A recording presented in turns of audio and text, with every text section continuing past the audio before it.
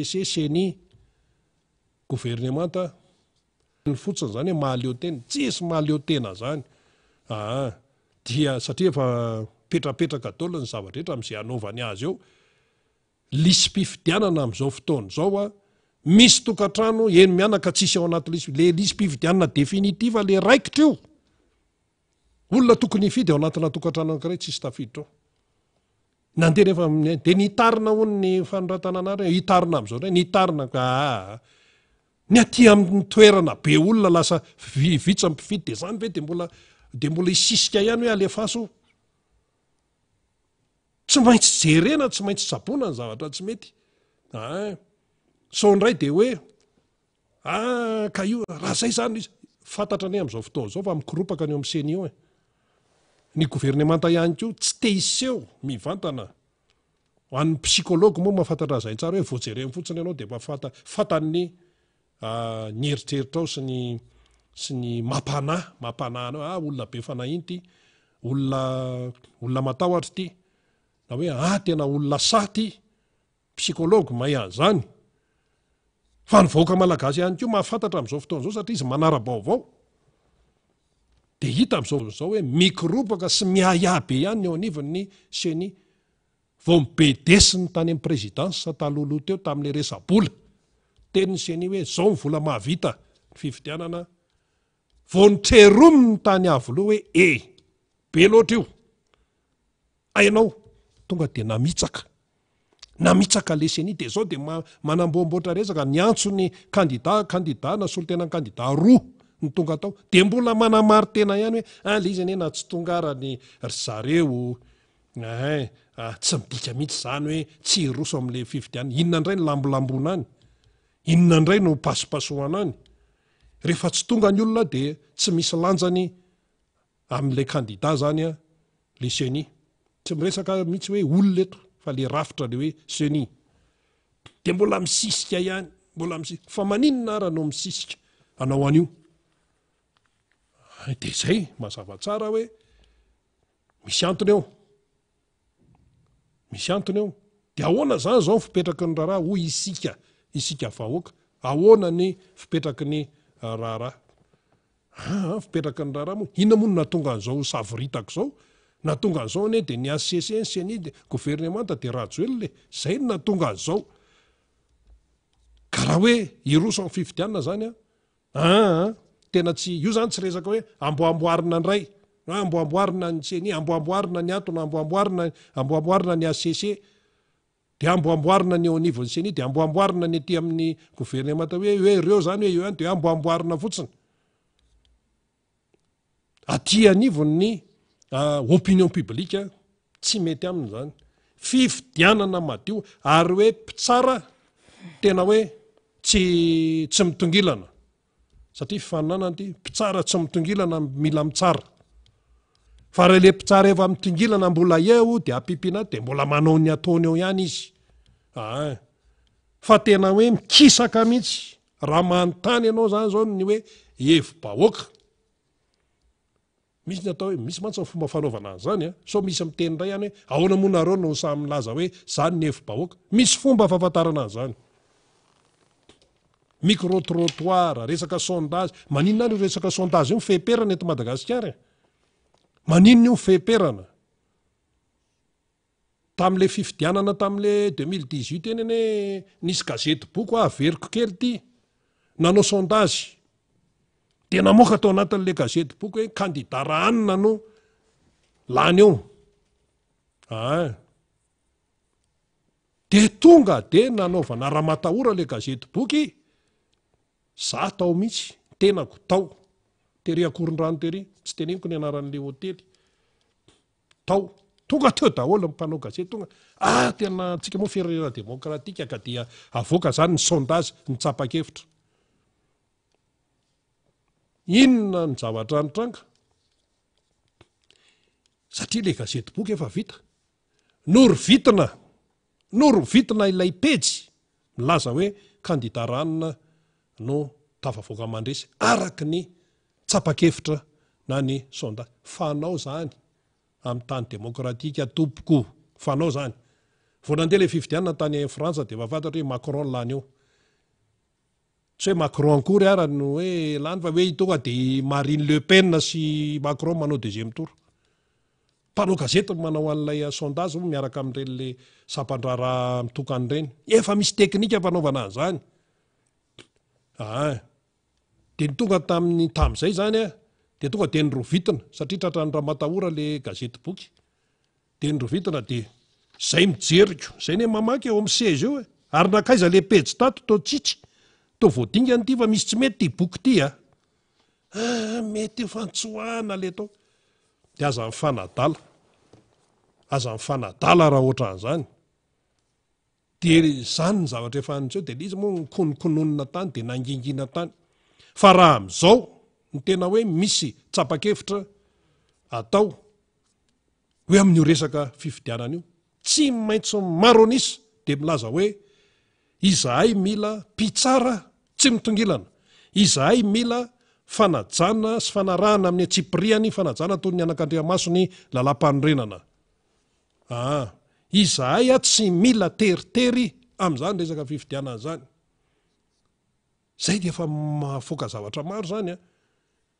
dikan'izany hoe zay tsy mila teritery, zay mitaky ny ampitsara n'ity fifaninanana ity, satria fifaninana amin'ny fifidianana mba tsy hitongilana, mba tsy ho baikobaikoan'ny antso, ampitsara mba mijoro amin'ny tena mampitsara azy, fa tsy manao fomba fiteny politika, fa tena hoe teknika mijoro amin'ny resaka lalàna. Zany no tenen'ny akamarony fa tsisy teny mihitsy tena mila tohizana ny fampandrosoana ny entin'ny Andry Rajoelina, fampandrosoana amin'ny zareo zany amin'ny fomba fahitany azy, satria oka tsy adinoantsika fa ao anatina rejime anankiray, ohatra zany zao raha isika moa ny Andry Rajoelina no faran'ity zany hoe nisy ny fotoana fanombohany dia misy ny fotoana famaranana azy farana, raha hoe lalam-panorenana. Fa ao anatin'io fotoam-piasana hoe rejime Andry Rajoelina io zany dia tsotra ny resaka, misy ny mahazo tombotsoa ao anatiny ka mifikitra, misy ny mahazo tombotsoa ao anatin'ilay rejime, ao anatin'ilay fitondrana izay nitantanany Andry Rajoelina, misy ny mahazo tombotsoa tao anatin'izay 10 taona izay ka mamikitra tsy te hiala amin'izay. Dia ao anatin'io rejime io ihany misy ny tsy mahazo tombotsoa nandritra n'ilay fitondrana ka te hiala amin'izay, hoe okizay fa tena zay tena tsy te hantra intsony, zay mba te hivoatra, satria tamin'ny fiainanay dia tsisy fivoarana fa ny anahantry izay menakavy. Io zao amin'ny kapoakam-bary io ny fitondrana amin'izao fotoana izao ne mbola hoe ny vatantenan'ny Andry Rajoelina ny tsy eo fa ny fomba fanaony mbola eo ihany, ny olony mbola eo daholy.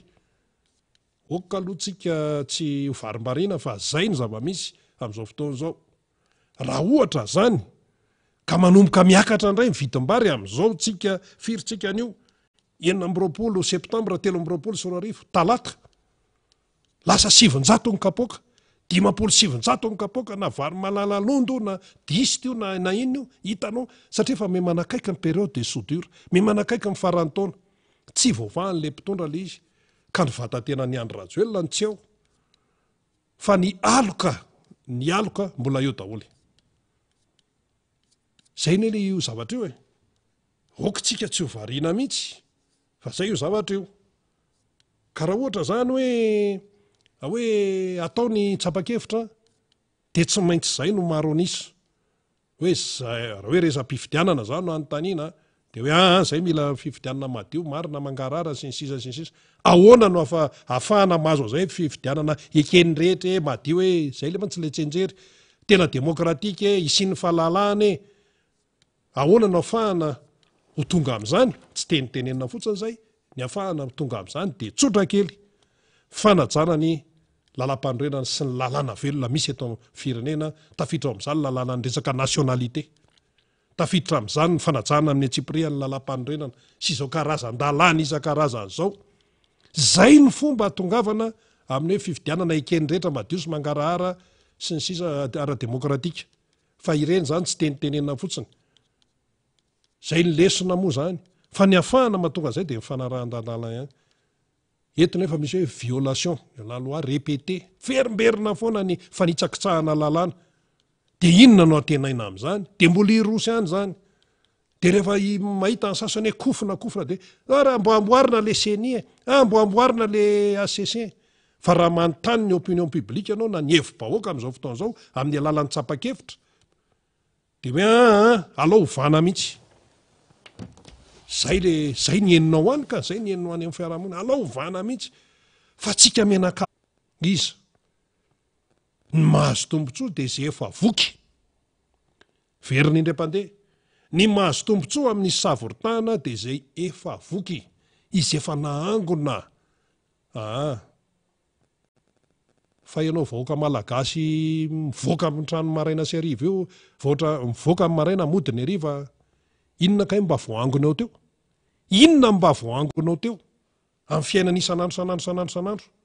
inona ny any aminao indray manaraka ianao efa sahirana indray ny vao mainka mampitombo ny sahirana eto Madagasikara tsy misy klasy moyenne ntsony tompoko amin'izao fotoana izao tsy zany tenen'izany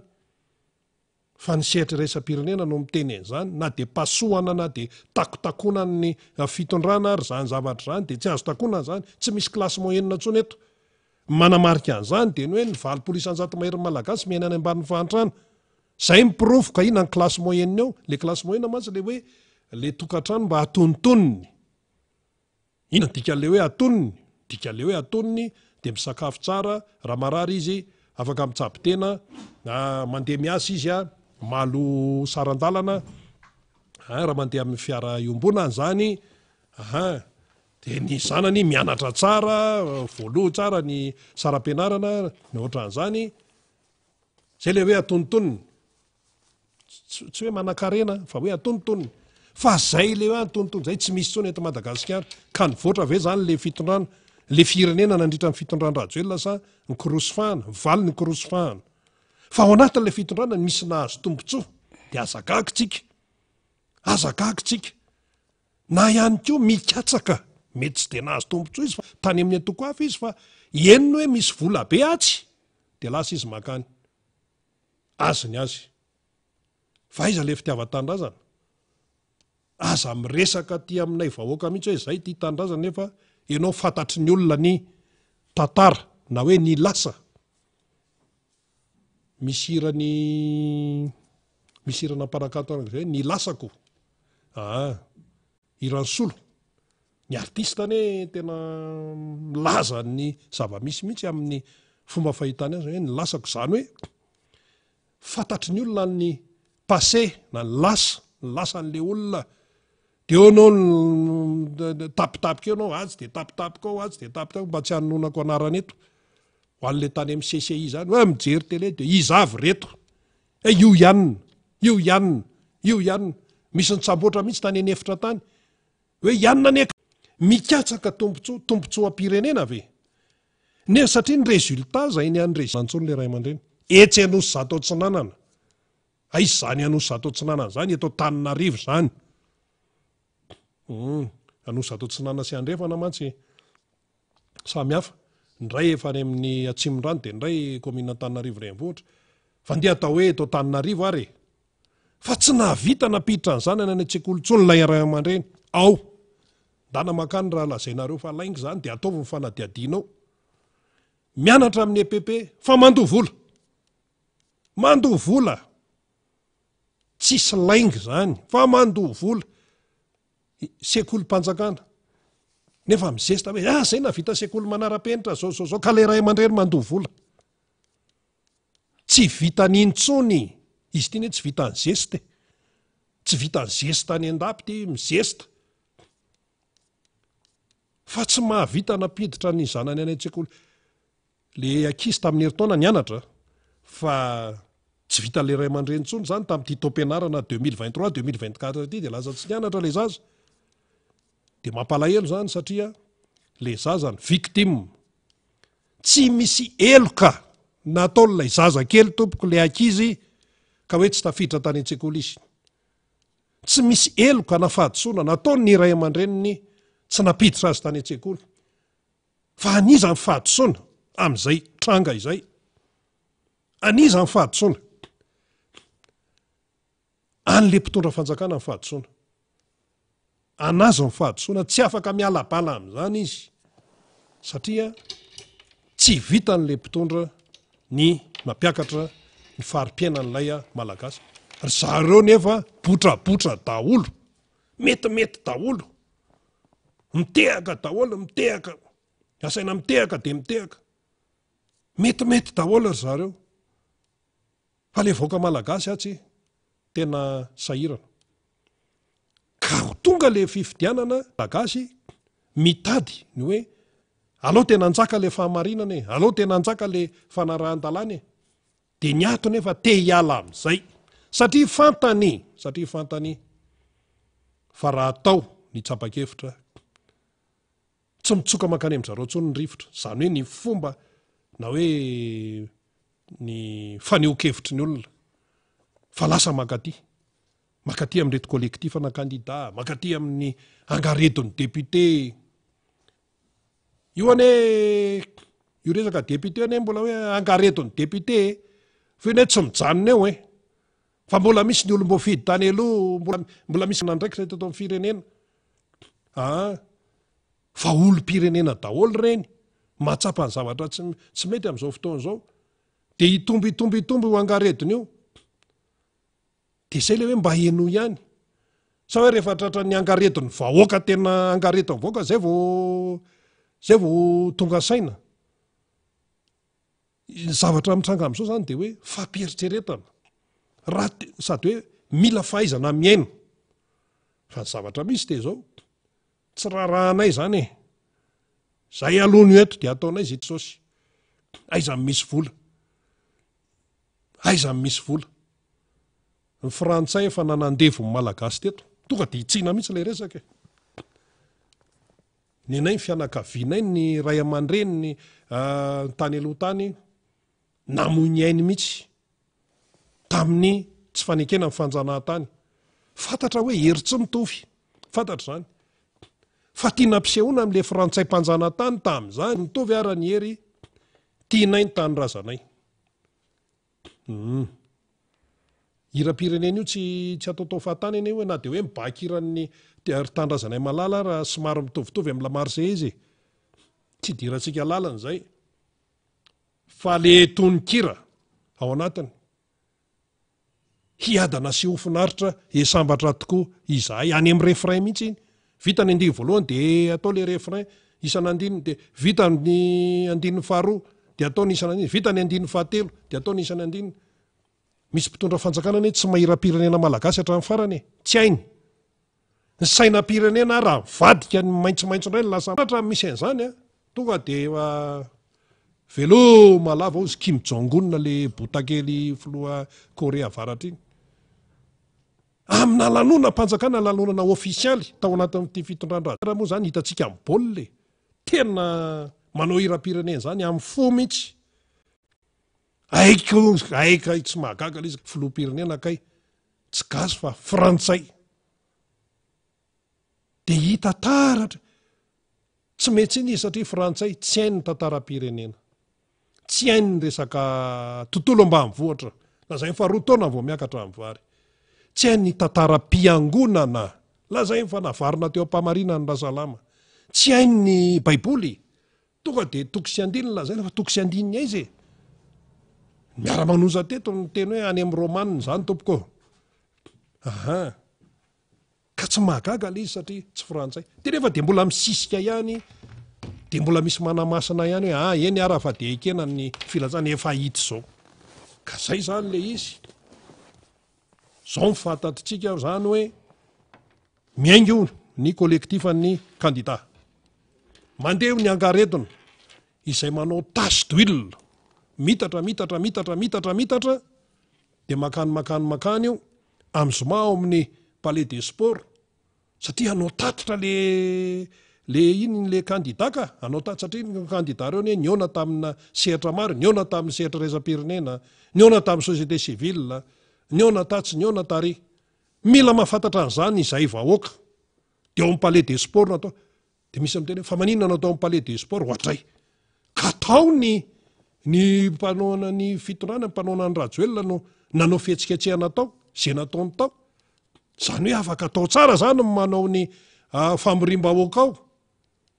ary libre malalaka ny calendrier ho an'ny palais des sports amin'io zoma io so de amorom-pironana eo ndray ka isy zao fa mesa zao ary ny tafy tsy mitete sady zao mbola tsisy orana ao anaty rindrina eo mafeny tsara ny fepetra ny teneniny amin'nisitry ny antitany mafeny tsara kinona indray no iolakolanana na ohatran'izany fa de ho hitany vahoaka malagasy eo zany a zay zavatra mitranga fa zay aloha zany no ofisialy satria maly moa zany efa napetraka le vangatahana tary amin'ny préfet de eo tsika mahita izy eny ary namana fanira zava-manantany miarabanao eto amin'ny fandarana miara-manonja moa zany a izy ty sady hoe miara-manonja firaisakina zany zao teny ilaina amin'ny malagasy satria fa fantatra ny malagasy ny zavatra miseo zany eto amin'ity firenena ity tsika tsy te hanandratsy taranakitsika tompoko tsy tiatsika ifafankihoany zay le azo ambara miarabanao namana fanira zava-manantany dahatra tsisy sady miaraba no misaotra andrina miaraba ny faly sy ny ekipa rehetra ao madika eo ny namana teknisiana miaraka amintsika ihany koa ny mpiara-miasa ny mpanao gazety rehetra na iza miparitaka amina toerana samihafa zay manaraka atsika am'izao fotoana zao ny namana ao amin'ny radio mada de arabaina ihany ko satria izy ireo de mpiara-manonja amintsika ianareo mandray ty fandarina mivatana ity sy manao ny famerenana any faritra rehetra any miaraba tompoko isika ny ampitan-dranomasina rehetra any efa mazava ny taridresaka ny etin'rina teo fa am'ty ampahampitoana ty ndray moa zany tsika rina iezaka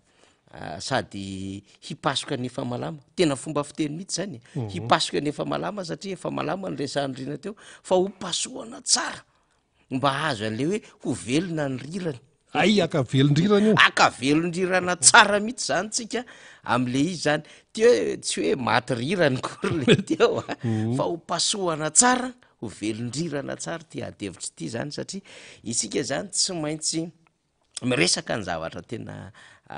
ara-dalàna ao anatin'ny adevitra ara-dalàna mba hahafahantsika miroso any amin'ny ara-dalàna ho malitsika rina teto am'ty fandarantsika ty de niresaka hoe aza maika na amikoropaka ary aza mora tratra ny tsao na tratra mifandeme-tsaina sy ny fanapepona ataony hafa ny amin'ny de efa nambarana foana kosa ve de ro vena vo mba misy an'izao de fa tena te hetsika zay ko inge mba leo hoe mba te aneo ny safidinay mba te aneo ny hevitray zay mba tena fotoana zao mba hahafahanay mijoro amin'ny mamalagasy anay efa mba leo kosa zay fa vabe loatra le resaka etsero sy ny fiaonana sy ny sisa de kalma ozy tsika fotikevitra politika nambara tamintsika teto ny fomba fanaovanjavatra dia tsy maintsy mandalo ny atana tohatra fa tsy mahazo mitsambikina efa nampianarin'ny tolo malagasy rina le hoe manjary mitsambiky mikipy de rehefa mitsambiky mikipy misy zavatra manelingelina koa de manahirana de any akady ka tsika tsy mahazo mitsambiky mikipy tsy mahazo mitsambikina mihoatry ny atana tohatra fa tsy maintsy mandeha pazapa dingana isa dingana zay no ataotsika rehefa mandeha de atao tsara ny dingana isa dingana tsy mahazo mandehandeha na miteniteny na manaonao foana arindra tsara ny zavatra rehetrarehetra izany ny zavatra nyresahanay tamitsika nanomboko maly izany ny zavatra nyresahana tamitsika nanomboko maly ny aminy hoe aza andairany fanepepona na mifanatsatsona mihitsy fa ny zavatra rehetra misy dingana atao daholo mba hanatratrarana tanjona venona tsara tsy maintsy dingana vo tanjona fa tsy hoe tanjona vo dingana tsy mahazo ho famatiko tsika zany ka mba hanatratrarana an'le tanjona dia tsy maintsy mandalo dingantsika andeha any am'le dingana ary zany tsika zay mandeha am'izao fotoana zao de efa misy ny fanambarana maro samihafa za zany tsy resaka an'le tany elotsony fa efa misy ny fanambarana maro samihafa fampitoviana feo fampitoviana hevitra ary fanamelohana sy fitantsana ny zava-misy arak'izay voatondro ny lalàna de mandeha am'izay fifanantonana rehefa avy eo ary mandeha fifampiresahany etseroa omaly fotsiny zao de efa misy fifanantonana goavam-be ho an'ny collectif de candidat ho an'ny FFKM ary mbola itoy androany ho an'ny FFKM androany ariva makandraikitra mikasika izany ny FFKM satria mba mitazona ny teniny keo le fimbonina ny fiangonana kristianina eto Madagasikara tamin'le feonambe nasionaly ny tanterahana tery amandrimena andorany fotsiny amin'ny hoe mila tohizana bebe kokoa ny fifampianona sy ny fifampiresahana hisorohana ny korotana sy ny ady an-trano de mandeha izy io ny candidat mitady hevitra ny solom-bavaboaka mitady hevitra ny société civile mitady hevitra ny vondrona politika rehetra koa mitady hevitra fa raha fitintsika ny ady hevitra zay nyresahana teo de efa nyteneny rina mba tsy ho very eo anatrehan'ilay nataon'ny ACC-tsika mba tsy ho sahirana am'ilay tsy fahaiza mandrindra sy mitantana sy mikarakara fividianana taon'ny senitsika ary mba tsy ho variana ihany koa am'ilay tsy fahamarina teo ran'le gouvernemanta zay tsy mendrika hitatana ny firenena intsony de ako tsy adinitsika ny olana fototra izao adevitra izao ny olana fototra izao adevitra izao ko tsy adinitsika de nahazo ny andra azo hoe la naturalisation araky ny didim-panjakana tamin'ny 724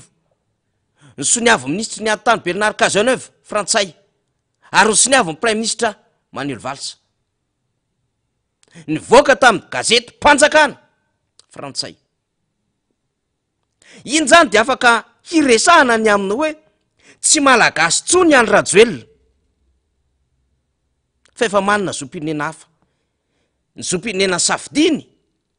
zom-pirenena frantsay misy ny safidy zom-pirenena hafa fa ho an'ny any rajoelona zom-pirenena frantsay de mazava ny article 42 code de nationalité very ho an'ireo malagasy ampitaona ka nangataka antsitrapo zom-pirenena vahiny hafa very zany zom-pirenena mamalagasy azy de resahany ny article 46 ny constitution zany hoe tsy maintsy malagasy na tsy maintsy mizaka ny zom-pirenena malagasy doit être de nationalité malagasy vo afaka mirotsaka ho fidiny filoham-pirenena dikan'izany mba tsy ho variantsika hoe ny ACC solo CES ny senitsy izy amboariny refonte ataovy ohatrany zao ny resaka fikarakarana fividianana e ataovy solotena hoe ny gouvernement tsy mety eny institution zany adevitra zany fa ity misy adevitra fototra andrenina rajoelona vazaha frantsay efa nanary ny zom-pirenena malagasy azy ka ny safidy ny zom-pirenena frantsay noho izany manana kara-panondro frantsay manana kara-panondro frantsay zay mantsy roatra ny adiny ary efa nanaiky satria ny fomba azona ny acquisition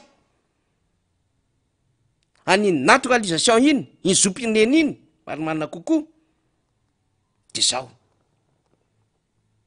nisy tao adevitry ny hoe tsy maintsy nisy entretien manokana ary nisy enquête de moralité ho an'ny fanajana ny lalàna frantsay sy ny fakatoavana fepetranapetraky ny fanjakana frantsay amin'ny fanompona izany firenena izany dikan'izay efa ny safidy ny lalana izy azy iny manana ny fomba safidiny izy noho ny fianaran-janany sisisa sinsisa efa nitondrany fanazavana ny fampiarana an'ity lalany ity ny tadiavitsika ny article 42 ny code de nationalité hoe vera avetrany ny zom-pirenena ho an'izay malagasy ampitaona ka nangataka tsitrapo zom-pirenena vahiny hafa tsisy adevitra noho izany zany na inona adevitra mandeha am'izao fotoana izao hoe ataovy ny adevitra aleo andeha fifidianana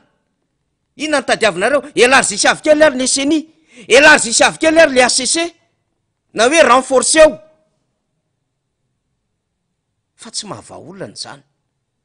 na élargisiavanao le CENI na renforcenao le ACC na ho remplacenao CES le ACC satria efa netiko tamin'ny fanazava-kevitro maly hoe inona ny fomba na ahafahana nametraka CES mety rantsana hoy a niainga avy tamin'le ACC raha mijeritsika 2013 nananganana CES fa mety vokatry ny accord politika no ahafahana manangana CES ihany ko misy ato zavatra samihafa zany zay fa zany tsy mahavain'inona rina na remplacenao ACC aza CES aza ny ACC na ho solonao CES aza ny ACC na ho élargisiavanao aza ny ACC na ho renforcenao aza ny ACC ary na élargisiavanao aza ny CENI na ho renforcenao aza ny CENI na mbola ho ravana aza ny CENI sy ny gouvernemanta fa misy adevitra fototra ato misy olona tsy tokony rotsaka itsony ato Andriamatoa Andrindrina Rajoelina ny anarana tsy mahafeno fepetra ahafahana mirotsaka mandray anjara ny fifidianana eto Madagasikara satria tsy mizaka ny zompinena malagasy mazava zany adevitra zany hafa ny code civil frantsay ity ny code de nationalité malagasy de miady reo adevitra roa reo lalàna roa reo fa rehefa avy eo am'izay handehany ny fifidianana filoham-pirenena tsy maintsy bazena amin'ny texte mizaka an'le zompinena malagasy a tsy mizaka ty olo ity de zay le nandrasana tamin'ny ACC rina hijery an'izay hanadiady an'izay satria izay mihitsy le anana le plénitude de compétence plénitude de compétence fahefana feno mba hanadiady hijery ny antota taratasy zay versena ao am'izany ACC zany amin'ny fotoana zay androtsahanyireo a kandida pirotsakovidiana ny taratasy ao aminy manino tsika miresaka an'izany tsika zany rina tsy miresaka tsony aminy hoe olona nampahantra vahoaka reto olo reto olona nanao kolokolo be reto olona nanao skandaly reto olona tena namodika ny orinasam-bahoaka reto olona reto tsy tanysaitsika ntsony ny hermady tsy tanysaitsika ntsony ny jirama tsy tanysaika ntsony ny kroma tsy tanysaitsika ntsony ny secreny tsy resahantsika ntsony ny FCE sy ny sisa fampotehana tsy hitanono ho an'ny orinasam-bahoaka tsika tsy hitanisa an'izay mety ho fanampenam-bava fanagejana tsy fisiany demokrasia sy ny fahalalahana ny seho teto Madagasikara nandritry ny fotoana ny tantanan'izy ireo satria efa fantats'olona ny mauvaise gestion zay nataony le fitondram-panjakana tsy nitondra tany amina bonne gouvernance fantatr'olona ny corruption grande échelle nisy teto sy ny hoe pauvreté généralisée napetraka le fitondram-panjakana na izany azy ara dia ahafahany zany rehetra zany manidika n'le mpitondram-panjakana ary efa nitsarainy ny député zany tamin'ny alalan'ny exécutif ny gouvernemanta motion de censure tsika zany tsy resaka an'izany tsony sy mifanitsahan-dalàna verimberina violation répétée ny constitution efa betsaka zay ary efa zary fantatry ny mpanaraka ny fandarina miara-manonja resaka gouverneur séparation de pouvoir neutralité politique de l'administration sisisa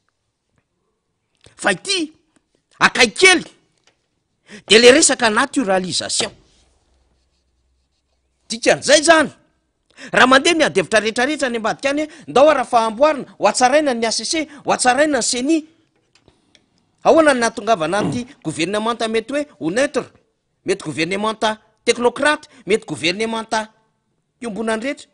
fa tsy mahafoana ny adevitra any hoe madio mangatsakatsaka le naturalisation ny andry Rajoelina samihafa zany rina tsy mampadio mangatsakatsaka zany satria io lalàna de lalàna dur alex c'est de l'ex la loi est dure mais c'est la loi ka maninona ny lalàna afaka ampiarina my boakely mangalatra koa manendaka mangalatra moto manao zavatra fivelany lalàna ampiarina amina raim-pianakaviana rem-pianakaviana fa maninona tsy azo ampiarina am'le olona heverina fa nitatana ny firenena teo fa maninona misy fahasamihafana fomba fampiarina ny lalàna hoe ty lalàna natao ampiarina ho an'ny vaoaka malagasy ny daholo be fa ity lalàna ty de tsy miatra am'ty olona ity ka na renforcena na élargissavana raha ny senisy ny ACC na ho amboarina raha ny gouvernement tsy mahafoana ny adevitra zany momba naturalisation ny andrajoelona ka na izy tompony raha tsy samanda izy ngena naika e de zao ny zavatra nikeny zay taratasy 20 cm kely ty fotsiny vc avelao andro zany fa tsy mahafoana ny fitiavako tandrazaka zany ny asa ataoko ny tsara ho asy ny sisy ny asa ataonao aloha ny tsarananao de fa tsy iny ianao fa tsy izy ianao tsy mahay mitatana firenena ianao fa raha miresaka ianao ny aminy hoe tsy zay taratasy 20 cm de efa nanazavitsika fa ny procédure ahatonga ny taratasy 20 cm iny anatin'ny posinao de lavitra be ary efa navetitsika ty ny vidéo miresaka an'izany riny hoe ahoana mode d'acquisition an'izany naturalisation zany mahazona an'le naturalisation zany tany frantsa efa na de efa vidéo an'izany tsika misy dingana fito farafahakeliny tsy maintsy atao tsy maintsy mahita amin'ny frantsay tsy maintsy mipetraka 5 taona nandray anjara tamina resaka vie quotidienne tany ianao nandoha hetra ianao tsy maintsy nangonina dolo reny rehetrarehetra eny manana orinasa tany venao inona ny fandraisanao satria ianao zany le tsy nanana an'le hoe fototra filiation mety hoe teraka tany ny zanakao teraka tany raha aman-dreninao na mety nanambady ianao sinsia sinsisa olona efa nanana an'izany zom-pirenena frantsay zany fa ity ianao vao angataka mihitsy ianao 2014 satria efa feno taona satria efa feno taona ihany ko de misy lalàna mifanaraka am'izany de avy eo ianao tsy maintsy manaja an'le charte ianao sy ny droit sy ny devoir am'le citoyen frantsay tian'izay zany efa misy allégeance hafa mihitsy nyraisinao fa efa nakisakao le allégeance libérenao ho an'le allégeance tonga namantsika moa zany frantsay ka ahoana ny eritreretana ny aminy hoe alamindaminina fotsiny loha reto institution reto fa hampanginginy kely ihany lo ity resaka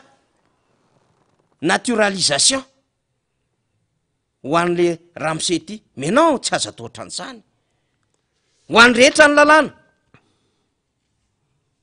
niatra taminao io lalàna io dikan'izay tsy kandida ianao ary tsy afaka nirotsaka hovidiana ianao point barre efa nametra-pialana ianao tsy filoham-pirenena point barre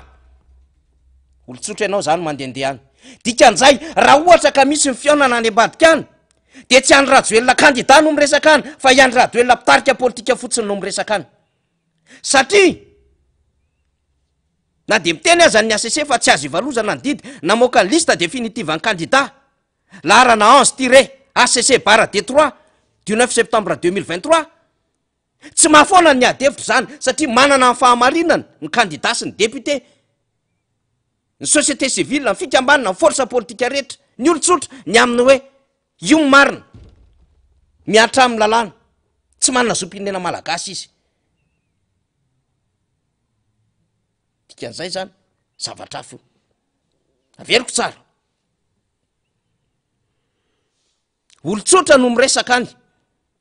fa tsy mbola afaka miteny mihitsy hoe candidat ny ACC zay nanonga-panjakana tamin'ny androm-panjakana no miteny azo candidat fa ny lalàna malagasy amin'ny solomaso iombonany rehetra de milaza fa tsy malagasy tsony izy ka lidera politika no mandeha any tompoko fa tsy candidat izy faharoa na inona adevitra mandeha any ambadika any rina aloha zava na amboarina ny CENI na amboarina ny ACC na amboarina ny gouvernemanta mbola adevitra anankiray tsy azo idivirana ny tsy fahafahany any rajoelona mirotsaka amin'ny fifidianana filoham-pirenena tsy azo idivirana zany ka aleo ho fantatry ny vahoaka zany adevitra zany aleo entiny ambony latabatry ny adevitra zany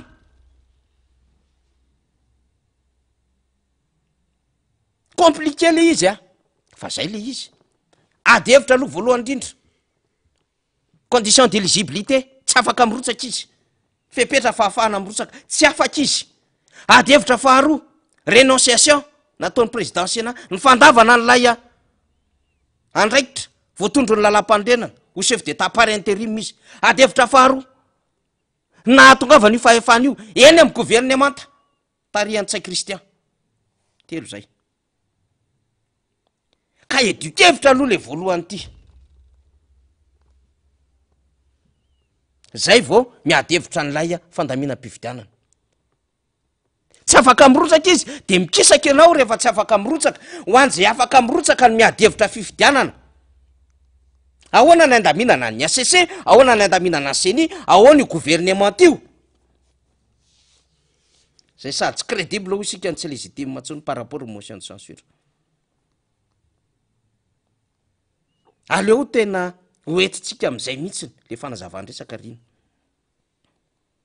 mba tsy ho pasopasohana de pasopasohana mbola misy mikorokorotra le izy na pasopasohana mbola misy malamalana fa pasohana maina tsara velona ny rirany amin'ny fomba malagasy zany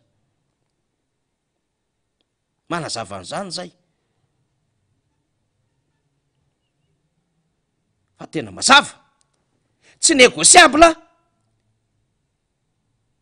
ny resaka naturalisation ny andro rajoelona ao anatin'izao ady hevitra fividianana zao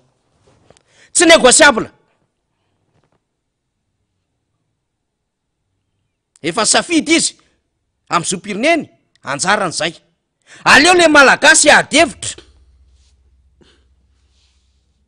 amin'ny andaminana ny fividianana karaha miantso ny FFKM tahaka n'izay fanetsony ny fampiresahany hatramin'ny herinandro ambony hatramin'ny omaly tsy problème zany ilaina raha teo koa tao anatin'ny feuille de route nametraka an'izay rinany am'le hoe dinika malagasy sa malagasy malagasy o malagasy ho avy ny Nations Unies rapitso tsy problème zany fanindalana any efatra ny délégation na miaraka aminy solotena ny secrétaire général Nations Unies auprès ny Union africaine le ho avy eo ary chef de bureau ambony zany tena ninona ny tonga ny Nations Unies ary délégation na efatra tena goaka be mihitsy no avy du 27 hatramin'ny 4 octobre ny mission eto Madagasikara lafo zany ka tsika zany tondra zao ady hevitra zao ny aminao hoe mba tsy ho very sy tsy adino fa misy olana fototra tao de hoentina ambony latabatra karary ny sitriny raha ohatra am'izay efa betsaka ny dingana nampahafantarana ny zava-misy ny resahana ny zava-misy raha mba mangataka toerana malalaka anankiray araka le fepetra napetraky ny teo anivo ministerany natany le noty kely iny hoe tsy maintsy amin'ny toerana malalaka mifefy anaty trano no ahafahana manao famorin'olona de ndao are anao fampatsahivana kely fotsiny tsika 9 septambra andre matorany rajoelona nanao famorin'olona tao amin'ny toerana io nahazo izy ary vao tamin'ny herinandro vao tsy elakory zay ny mpiasa ministère ny fahasalamana nanao etsika teo amin'ny telo natao amin'ny palais des sports io nahazo ry zareo ka tsy mba hisy izany hoe fiangarana zany ka tsy azony ny hafa ampiasaina io fa tsy maintsy ny olona miaradi amin'ny fitondrana ihany na hoe fitondram-panjakana ihany mampiasa an'io tsy mety zany tsy nametraka an'izany lalàny zany andre matody deratsiraka rehefa niaraka tamin'ny sinoa anao an'io palais des sports io ny continuité de l'état nametraka président zafy zay premier ministre Gioli Razanamasi tamin'izany fotoanandro zany no anisany tokana an'izany palais des sports zany misy sport ao misy hetsika politika sisy hoe tsy maintsy ny fitondram-panjakana ihany no mampiasa an'io fa nizaniza afaka mampiasa an'io misy olona nodimandry ara nandrasana tao raha olony maleo marobe zandre be dia be azony rehetra ampiasaina io zany fantatra raha teo koa malalaka ny toerana amin'io zoma io ny daty zany tsisy nanao réservation ny fanlitsika zany indrindra de hoe mba ho azon'ireo collectif de candidat ho ampiasaina io hanazavan'izy ireo no fantatitra ny fizotry ny zava-misy am'izao fotoana zao de ovakitsika mihitsy le taratasy zay napetraka izy ireo eny evon'ny préfecture ho amin'ny fifanajana zany ho amin'ny fanarahan-dalàna mampandefitra ampolafo ny zavatra maro mihitsy ny candidat de lasa nakeny amin'ny préfecture nametraka tota taratasy na pré-campagne raha najanona mihitsy aloha najanona satria zay ny hoe tena mba azotsika sary an-tsaina mirahinna filohan'ny repoblika teo aloha ministra lehibe teo aloha tompona andraikitra maro samihafa candidat no manatona préfet mametraka tota taratasy alova kitsika lizy faly azavaty mba ho reny rehetra satria tsy voatery hahita ny zavatra voasoratra zany ny rehetra okr laso vetivety a lasoara ya mboary kely fotsiny eo ary ho an'andriambato préfet anatananarivo zany fangatahana lalana hamorolona tompoko voninahitra ho anay candidat raiky ambin'ny folo mirahala mivondrona ao anatin'ny collectif de candidat à l'élection présidentielle 2023 izay soniavon'ny mpitondra teny anay eo ambany no mangataka lalana demande d'autorisation aminao andriamatoa préfet tompona andraikitra am'izany mba hahafahanay mamory olona ao amin'ny palais des sports mamasina ny zoma 7 septembre 3 ho avy izao manomboka ny 7 ora maraina ka hatramin'ny 12 ora atoandro ho fitandrona ny filaminana de marinay ny matoerana mifefy anaovana ilay fionana atao anatin'io toeran'io ary tsy mihetsika aho anatiny ao izay miaraka amin'ny olona vorinay mandritro fotoana io tsy pinay ianko ny fandraisanay ny andraikitra iantoanay amin'ny resaka fandripahalemana ao anatin'io toeran'io mifefy io mandritra ny fiaonana izay antony zao fangatahana alala zao mba hanarahana ny lalàna mife amin'ny famorin'olona anaty trano mifefy eo ampiandrasana valo mahafapo avy aminao andriamatoa préfet raisy tompoko ny ajambony indrindra atolotra hainao nisy nohitantsika ato mimpangataka zany solotena collectif de candidat dia raobelandry raha tsy rahonana lalaina ny président rajonary mampianina hery andriamatoa ajo andrenainary velo andriamatoa razafinjoelona tahina de io moa zany ny corén'ny arrivé tonga ataon'ivony préfecture amin'ny police zany larana amin'ny resaka izany valoha tonga de notsika ny fanazavana ny entin'andriamatoa ajo andrenainary velo raha iny ny taratasy napetraka hoe ahoana zany no ho firoson'izy ireo am'izay fionana ho an'ireo mpanaradia azy eny amin'ny palais des sports am'zoma izao verina ndretsika eo anatin'ny fandarina rehefa aveo ndao arafaly nandalo teto amin'ny préfecture de police n'Antananarivo zay androany nametraka fangatahana amory andreo mpiaradia aminay amin'ny zoma avy zao ao amin'ny palais des sports ny Mahamasina rehefa avy nijery tany amin'ny palais des sports ny programme amin'ny palais des sports moa zay de malalaka izy io izay natonga anazy nanaovanay azy amin'ny zoma zao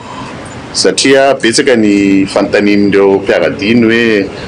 inona marina ny vorina sy fionana rehetrarehetra eny dia arariny sitsiny raha ohatra ka hanao tatitra amin'izy ireo dia ny candidat rehetrarehetra zay niona tamin'ireo ankolafy rehetrarehetra sy mpiara-miambona antoka fikarakarana ty fifidianana ity izay no antodiana teto androany ary manomboka androany dia efa natsahatra ihany koa aloha ny fanaovanay pré-campagne mba ahafahana mifatoka amin'ny fitadiavam-baolana amin'izao fanomanana ny fifidianana eto amintsika zao tsy misy antony manokana satria io zao ny tranom-panjakana malalaka dia mpanao politika rehetrarehetra tao daholo ny namory olona dia zay mpanao politika rehetra ozy izy andriamatoa ajo andrenanary velo tao daholo ny namory olona de zay mazava tsara zay tenin'Andriamantoa ajo andray ny anarively zay mazava ary ny finosiny teny hoe alao hitovy ny resaka fitantanana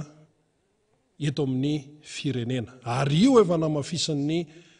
sehatra iraisam-pirenena io vao nanao fanambarana voainga kely hoe alao hitovy ny chance ho an'ny candidat ary alao alalaka ny fanaovan-kevitra ama hoe tany demokratika amin'ny Madagasikara raha mbola hotononina zany hoe mbola tany demokratika zany i Madagasikara ary mbola niteny koa ny ireo sehatra iraisam-pirenena ireo hoe ny lalam-panorenana atsao toy ny anak'Andriamaso. Ka raha ohatra zany ny kolektiva ny candidat nametraka n'ireny taratasy ireny teo amin'ny préfet fangatahana mametoky ihany koa ny hoe fiatoana filaminana ao anatiny ao mialatsiny dia fanarahan-dalàna daholo zany fanomezana modely daholo zany ary fanehoana ihany koa satria misy fiandrasana ihany koa hoe ho hitana eo ary ny ataonareo eo anivon'ny préfet amme alalana sa tsy amme fa nareo dia namme alalana ny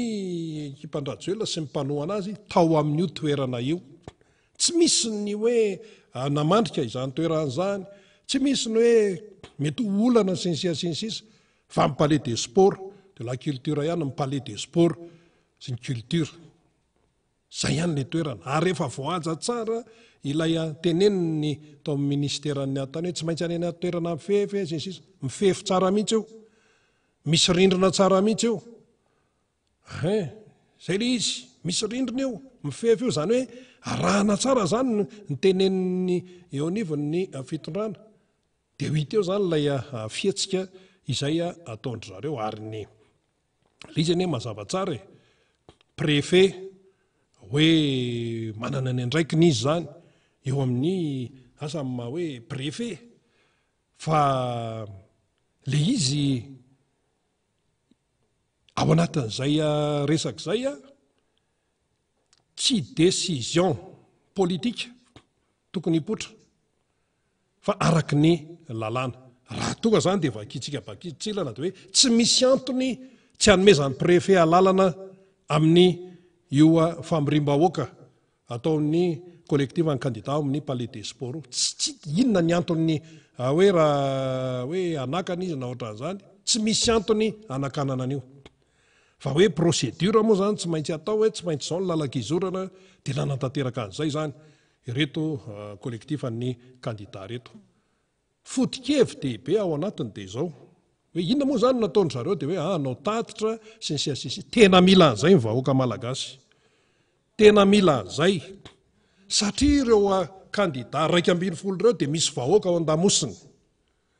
lao verina andrem-pandeha ireo candidat 120 ireo dia misy vahoaka ao an-damosiny fa tsy ao an-damosiny andro rajoelina ihany akory misy olona fa aty ihany koa dia misy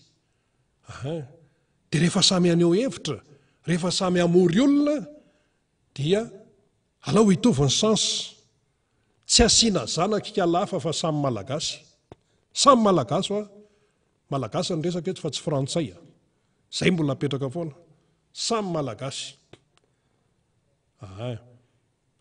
fa ny olana momba ny ingay andro rajoelina manokana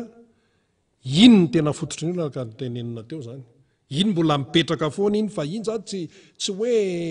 pasipasoana any fa le hoe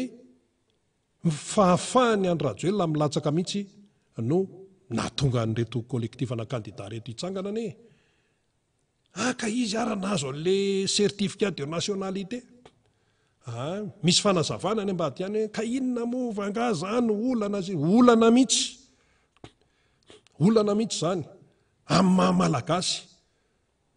malagasy etsy malagasy tena hoe ao anatin'ilay afanarahana ny lalàna etsy ananina etsy tonga vahany fotsiny dia hoe za ilatsaka na frantsay ary za ilatsaka fa tsy mahafoana ny raha malagasy ana ka lalàna ny resaka eto lalàna zay foana satria misy resaka fanabiazana ihany koa mantsy io zany hoentsika ao anatin'ny tatitra hoeton'reto kolektifan'ny kandida ireto. Manahoana ny tena firaisankina ao anatin'izany kolektifan'ny kandida zany, manahoana ny firaisankina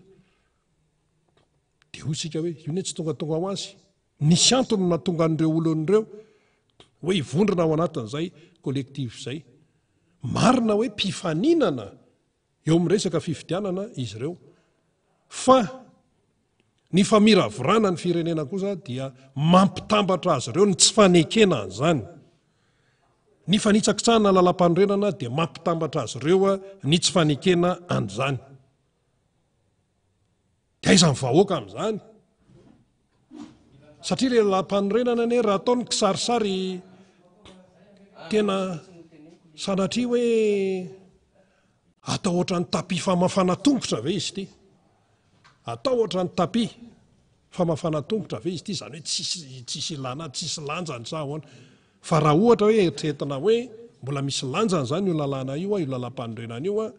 dia tokony hajaina fa ny tsy fanajana io mahatonga an'izao zahatra rehetrarehetra izao. Ny resaka code de nationalité ihany koa tsy voahaja, dia ahoana fotsiny izany le Madagasikara? Inona ny fampandrosoana azo atenaina amin'izany? Ary rehefa hoe modiana tsy fantatra ny momba ny hoe Andry Rajoelina frantsay tsy tokony hilatsaka raha ny lalàna eto Madagasikara, ka raha ekena io dia hanao randra-tarihana io, dia ho avy daholo amin'izay amin'ny fifidianana manaraka eo hitovy ka amin'io ihany koa. Dia inona zany ny malagasy amin'ny malagasy? Inona zany? Zay le izy zay. Ka dikan'izay zany isaorana aloha zany ireo kolektif ny kandida, tena hoe samy joro ary ireo kolektif ny kandida reo vahoaka ny ao aorianan'ireo, manana vahoaka ireo. Zay zany tokony ho fantatsika tsara mihitsy. Zay ny raha manafanira zava-mantany somary niodina kely ianao teo fa efa nandeha teo moa le fanazavana Andriamatoa Ajo Andry Nainarivelo, dia toizanao indray raha ny fantara. Ya, misy zavatra tsy maintsy namboarina kely aloha zany. Teo tsika dia efa niresaka niny samiandra zany tsika ny amin'ny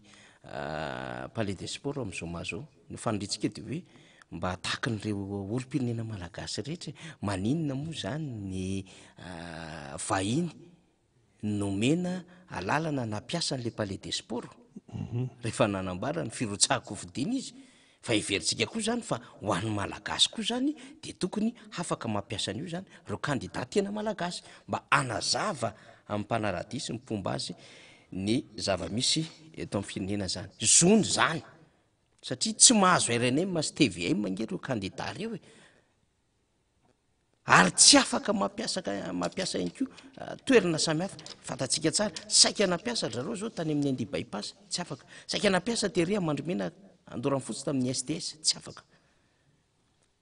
Dia verina zany fa mba azon'izy ireo atao mba nitondra an'izay heviny izay amina toerana tahaka izay voatondro ny lalàna mifefy malalaka ary mihidy, ary izy ireo no hiantoka ny fandriampahalemana zany. Andray vahiny tsika avy any Betroka any ajanona aloha ny telefona fa sao dia maneno be eto dia anaraka nyty faneho-kevitra ty isika dia miezaka ihany koa hoe mampiteny zany amin'ireo olombelona rehetra tonga dia midira avy hatrany, satria mandeha ny fotoana dia haneho hevitra izy zany. Ajanona kely angamba le telefona fa sao dia maneno be raha laza fady efa mivonoana andahoara. Tsy maintsy apetraka tsara ny fandaminana samihafa satria avy lavitra ny vahintsika nangataka mba haneho hevitra dia tsy mampanino zany, satria itsika nge misokatra ho an'ny rehetra. Misy malagasy any alavitra any na dia any amin'ny faritra tsy minosy any aza manana ny heviny izy tonga eto amintsika dia avelantsika izy mba haneho ny hevitra zany, satria zay miara manonja antsika miezaka manome fahalalahana ho an'ny rehetra zany anatin'izao fandaharan'izao. Andriamatoa Guevara avy any Betroka zay no miaraka amintsika tonga dia zay matoa nataony ray aman-dreny Guevara izy dia mety nahavalala ny tantarany Che Guevara angamba ny ray aman-dreniny tamin'ny tantara tany Bolivie tamin'ny fotoan'andro sy ny rehetrarehetra. Dia izay no vahintsika avy any Betroka faritra Nosy mila itsika tsara mihitsiny zany a rehefa miresaka anositsika de faradofay a amboasary atsimo a dia betroka zay zany le izy miarabanao gevara ia dia faly miaraba atsika tsirairay avy a indrindrandrindra ny namana zay ato miaramanonja dia faly miaraba any koa ny mpijery tsirairay avy a zay manaraka ny miaramanonja tanatin'izay fotoana maro zay marina tokoa fa dia hoanay any faritra atsimo agny a betroka sonala faritra anosy ray manontolo a dia miaraba atsika rehetrarehetra miaraka am'izao miaramanonja zao a ary engany mba hitondra soany Madagasikara ho an'ny malagasy tsirairay avy a ny tolona sy ny izao a fotoana rehetra zay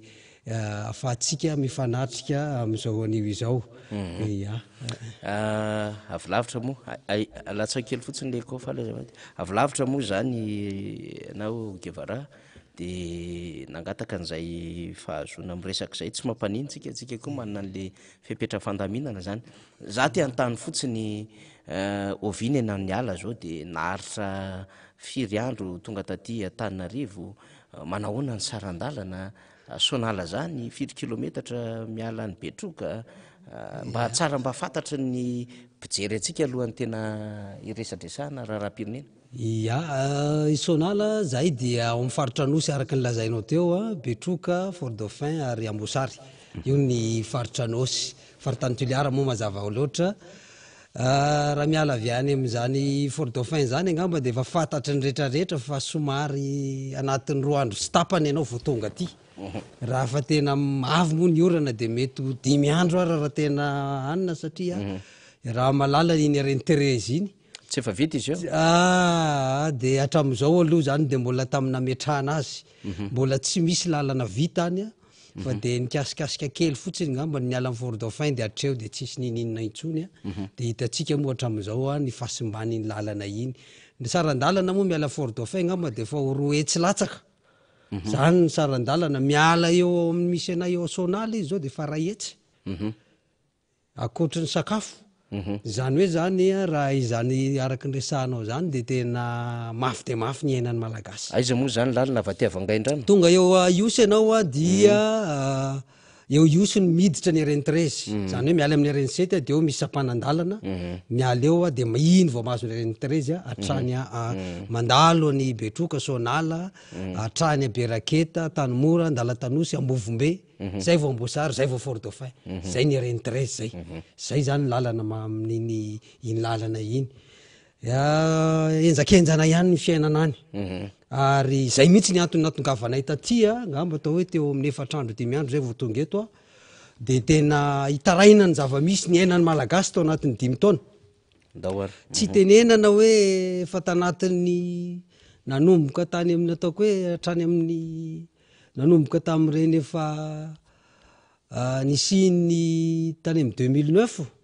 de fa tsy tenenina tsony ny fahasimbana sy ny fanapotehana rehetrarehetra zay mahazo ny malagasy indrindrandrindra ny fiainana andavanandro de tena zany mihitsy ny antony hoe aleo a ela zay nanginana zay a fa tonga ny fotoana hitenenana zay ny antony mba hoe tonga hoe aleo a mba avoaka mivaoaka malagasy ray manontolo izany hoe manahoana ny fiainanay amin'ny faritsy simo amin'ny faritsy bara maromaro moa ny eo mifaritra anosy ao bara tanosy tandroy zany ny foko tena atao hoe mameno an'io akoatry ny malagasy 40 foko dia ao anatiny ao daholo ny akamarony ka zay raha zay zany gn'antony tena hoe aleo tataraina mba afatarana fa hoe mandroso marina ave malan'ny Madagasikara de tonga de tatarao ra Guevara ny fiainana ara-tsosialy nareo raha ny sary hita samihafa aloha zany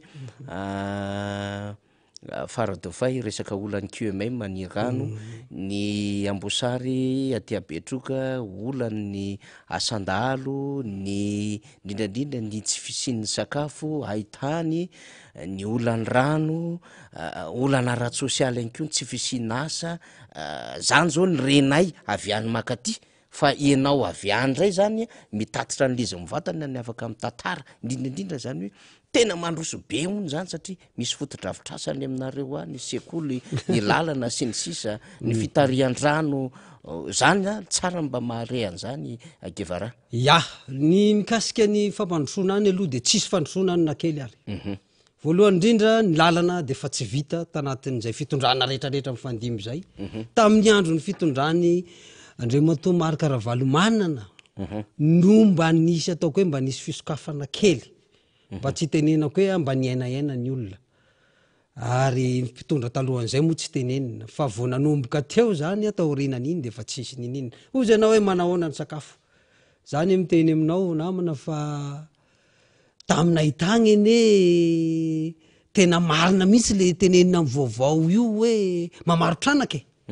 ya ary tsy tenenana mihitsy hoe mihinana raketa gn'olo efa zavatra tsy mihinana boaly ny olo zany gn'olo aminay na boaly io le votry regny tamin'ny fotoanandro regny ary ambarako aminao nefa zahay agny tsy marary ny Covid zany fa marary sakafo marary asa ary tsy misy orinasa misokatra agny na kely aza tsisy en'zany agny tsisy orinasa zany fa sy tenenina ny sécurité misy karazany sécurité firy any 4 na 5 akoatry ny asandahalo ny malaso mandeha ny bohiry io de kidnapping mandeha ny tapadoha mandeha ny vakitrano ary ao agnatin'izay ny ataka enregny enareo ngamba reny atakina kara mampalahelo tena mampalahelo ny zavatra misy agny tôbily mitatsy ny vahoaka agny tena atafihina ino gn'anton'izay tsy fahaizany mpitondra mitondra ny firenena ty tanatin'izay fijalia ny aignan'olo agny fijalia ary mitegnenao fa ny atao hoe hanin'androany moa tadiavin'androany mba mora mitenen'zany fa hanin'androany aza tsy hita maray tsy hita isaorana nagnahary raha norana latsaky tamty zay avao nanavitsy n'olo tany ino aby moa raha gnataon'ny mpitondra teo igny hoe tsinjo tsy hainay aby moa milaza an'io tsy na vary io na vola io na tosika ino na tosika ino paracetamol regny ho zahay calmant fitaky regny aminay zahay tsy mila zay tsy raha velominao zay tsy raha hoe ho velomina fa zahay olo mila asa de mahavelony tenanay zay ary zay tena fampandrosona satria lasa fitaka zany reny raha regny lasa tamainin'olo agny raha regny ka rehefa tsy misy enany io lasa problema be le raha de lasa le mpitondra ny toerana ndray zany lasa voatsiny zay ny olana amregny lasa fitahana zany le vahoaka to hoe misy orinasa natsangana Nutri-Sud tsy fantatro resaka sakafo tany Anarafaly koa toatrany hoe ambosary nametraka titravera zany tsy fantatra maromaro no ohatrany tena hoe miasa be le fitondram-panjakana nanamboatra atreto aloha zany de mbo mividy rano am 500 ambovombe gn'agny tsy misy rano zany ny any tsy misy titravera zao vandy zao tena miteny anao fa vandy matogny olo mbo mitoreo de tsy misy raha agny zahay agny tsy raha mifiny hoe mandroso zany ohatsy tsy teneninao ny puce na omby zao malaso zao tsy raha mijano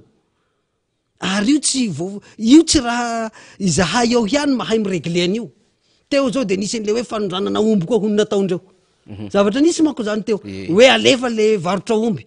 zany ve tsy vao maika mampihetsiky ny etsim-ponay malaso satria sokafana ny abattoir atyky sokafana abattoir atyky hangalariko gn'aombon-drakoto de alefako ato amin'ny abattoir tsy vao maika fanadiovana omby zany tsy mety aminay regny tena tsy mety mihitsy io avelao andeha mivarotra normaly avao gn'olo regny zany de tsy mety regny hoy anao hoe misy fanaovana nutri ino tsy vahaolana zany ny vahaolana agny zahay any mahavolo balahazo mahavolo vary mahavolo tsako mahavolo apemba ino président Marc Ravalomanana voilà zay indrindra ary nanome osy tamin'izany fotoana zany tamin'ny andro président Ravalomanana nisy osy tonga tagny osy karazana tena nisy tsara le taranaky le osy tamin'izany fotoana zany nizarana tany aminay tagny bevata be io osy io jereo am'zany zany hoe le tantsaha zany agny tena tsy misy mijery na kely ary tsisy mijery tapitapena nino ny pamo sy ny resaky raha io avao zany manapitapy agny tiako tenenina zany a 90% tsy tenenako hoe à 100% mijaly zahay agny zay mihitsy nitondrako teny hoe nisorako indrindra mihitsy any MBS sorako indrindra mihitsy miara-manonja ihany koa sy ny RMDRM sy ny MMM zany hoe le malagasy miara-mitolona sy le RMDM ty le hoe rodo ty zany de tena hoe rodo be mpanoatra dia ahafahana mba milaza ny zava-misy tsy tafavoaka io tsy tafavoaka io ho an'ny Andriamatoa Guevara inona zany zao mialatsiny mba manontany secret kely mba activité anao ansonala any zany zahay agny niainana ihany zany dô ny activité ko aloha zany de zaho mpitrandraka renakibony tany gn'asako io ny tena asako ya mpanao pierre industriel gn'asako ya fa zao nefa fa ny akamaron'olo zany raha tsy nisy an'io arenakibony tany io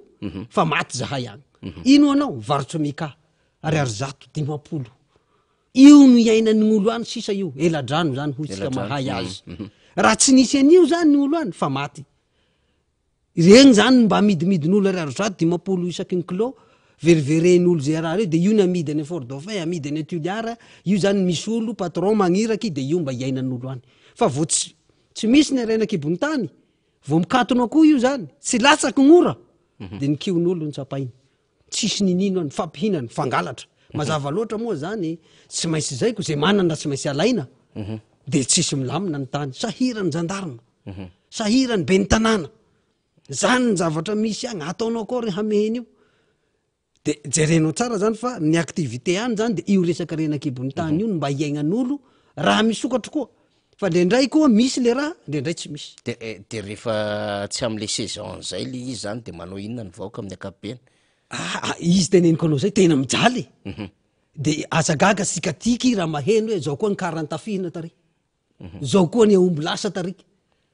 mampalahelo moa de maty fahatany avao ny zandarma maty fahatany avao ny maramila azagaga sika satria tsy misy asa le oloko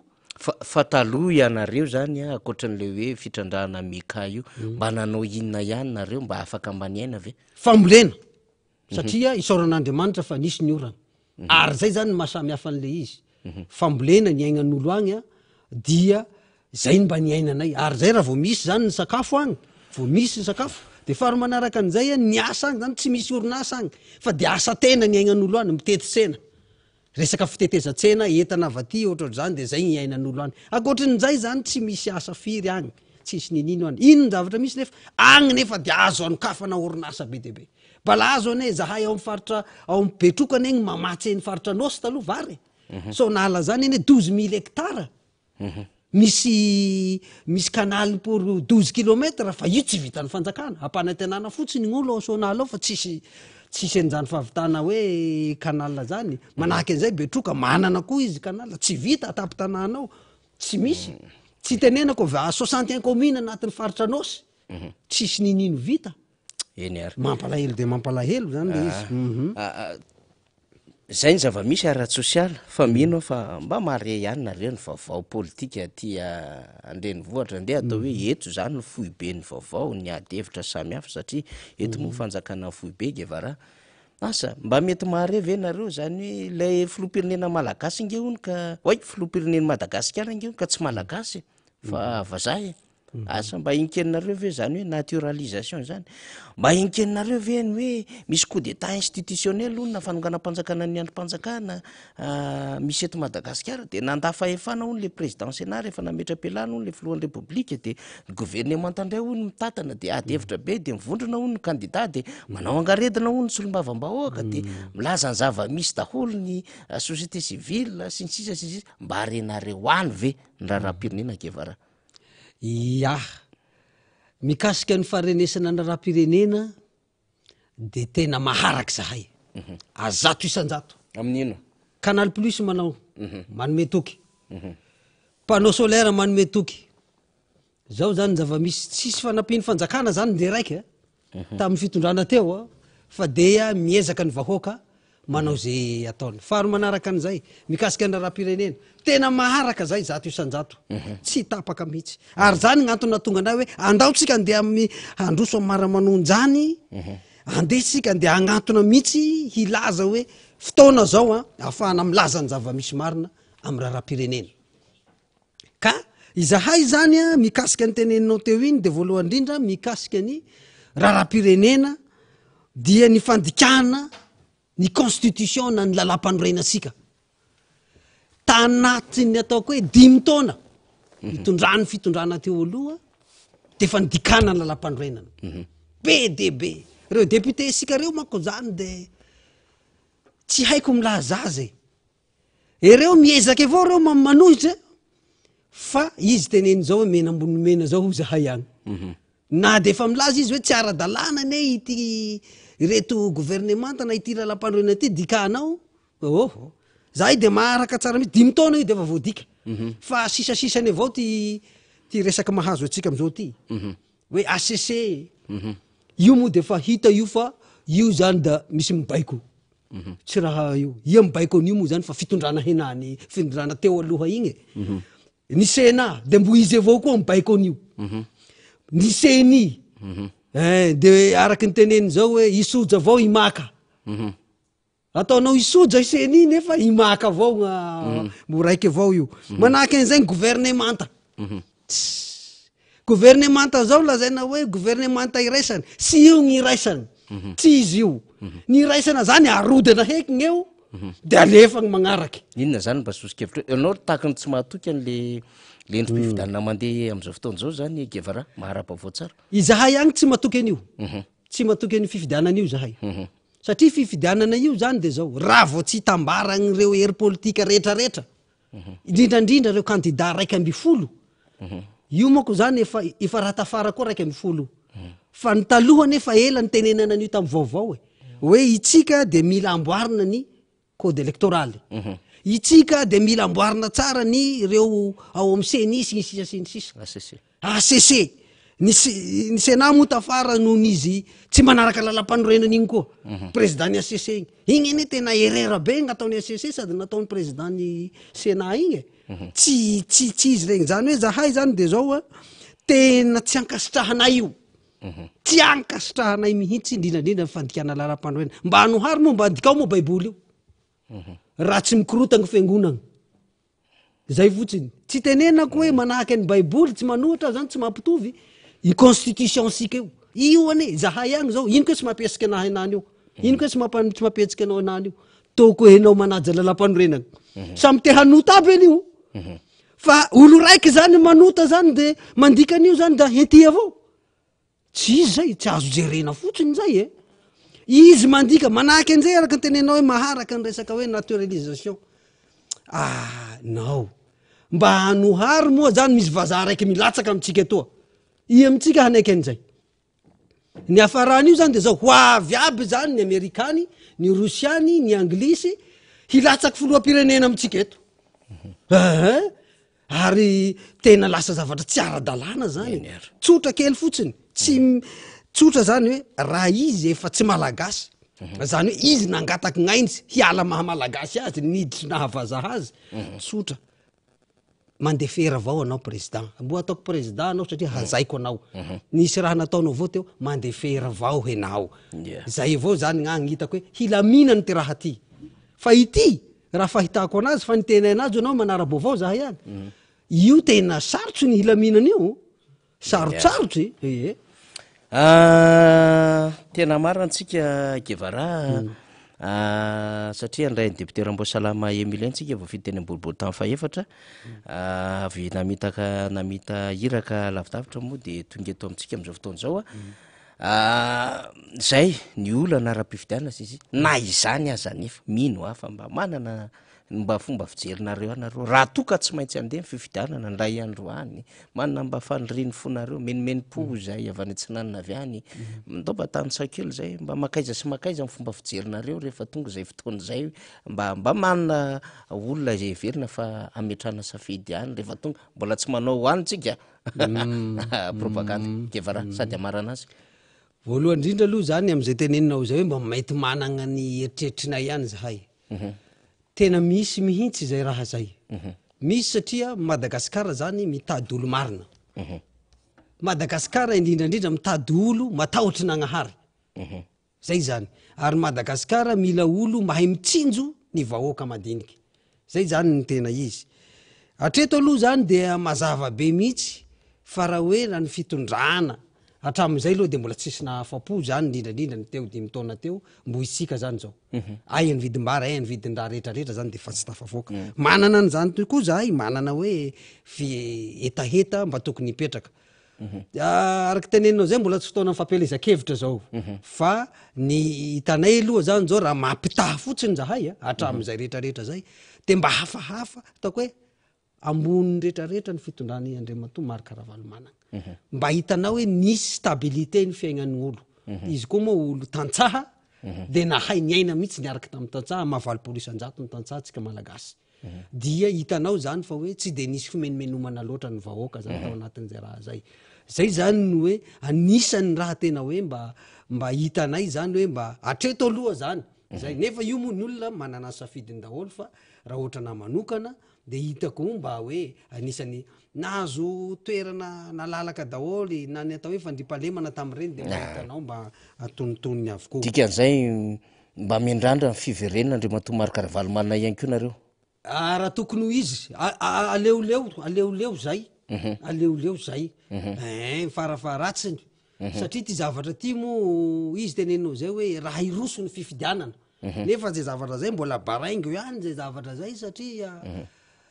mbola ionareo araky nyresana vaovao eto rorotelo andro tegna teto zay iona zao ny mbola iona mbola misy dinika irahana sinsisa ny anay zany de tsotra fotsiny zany ny afatra kely mba tiany ary sady tonga de mamara afatra kely tianay atao zany zahay amin'ny faritra Nosy eo indrindra distrika Betroka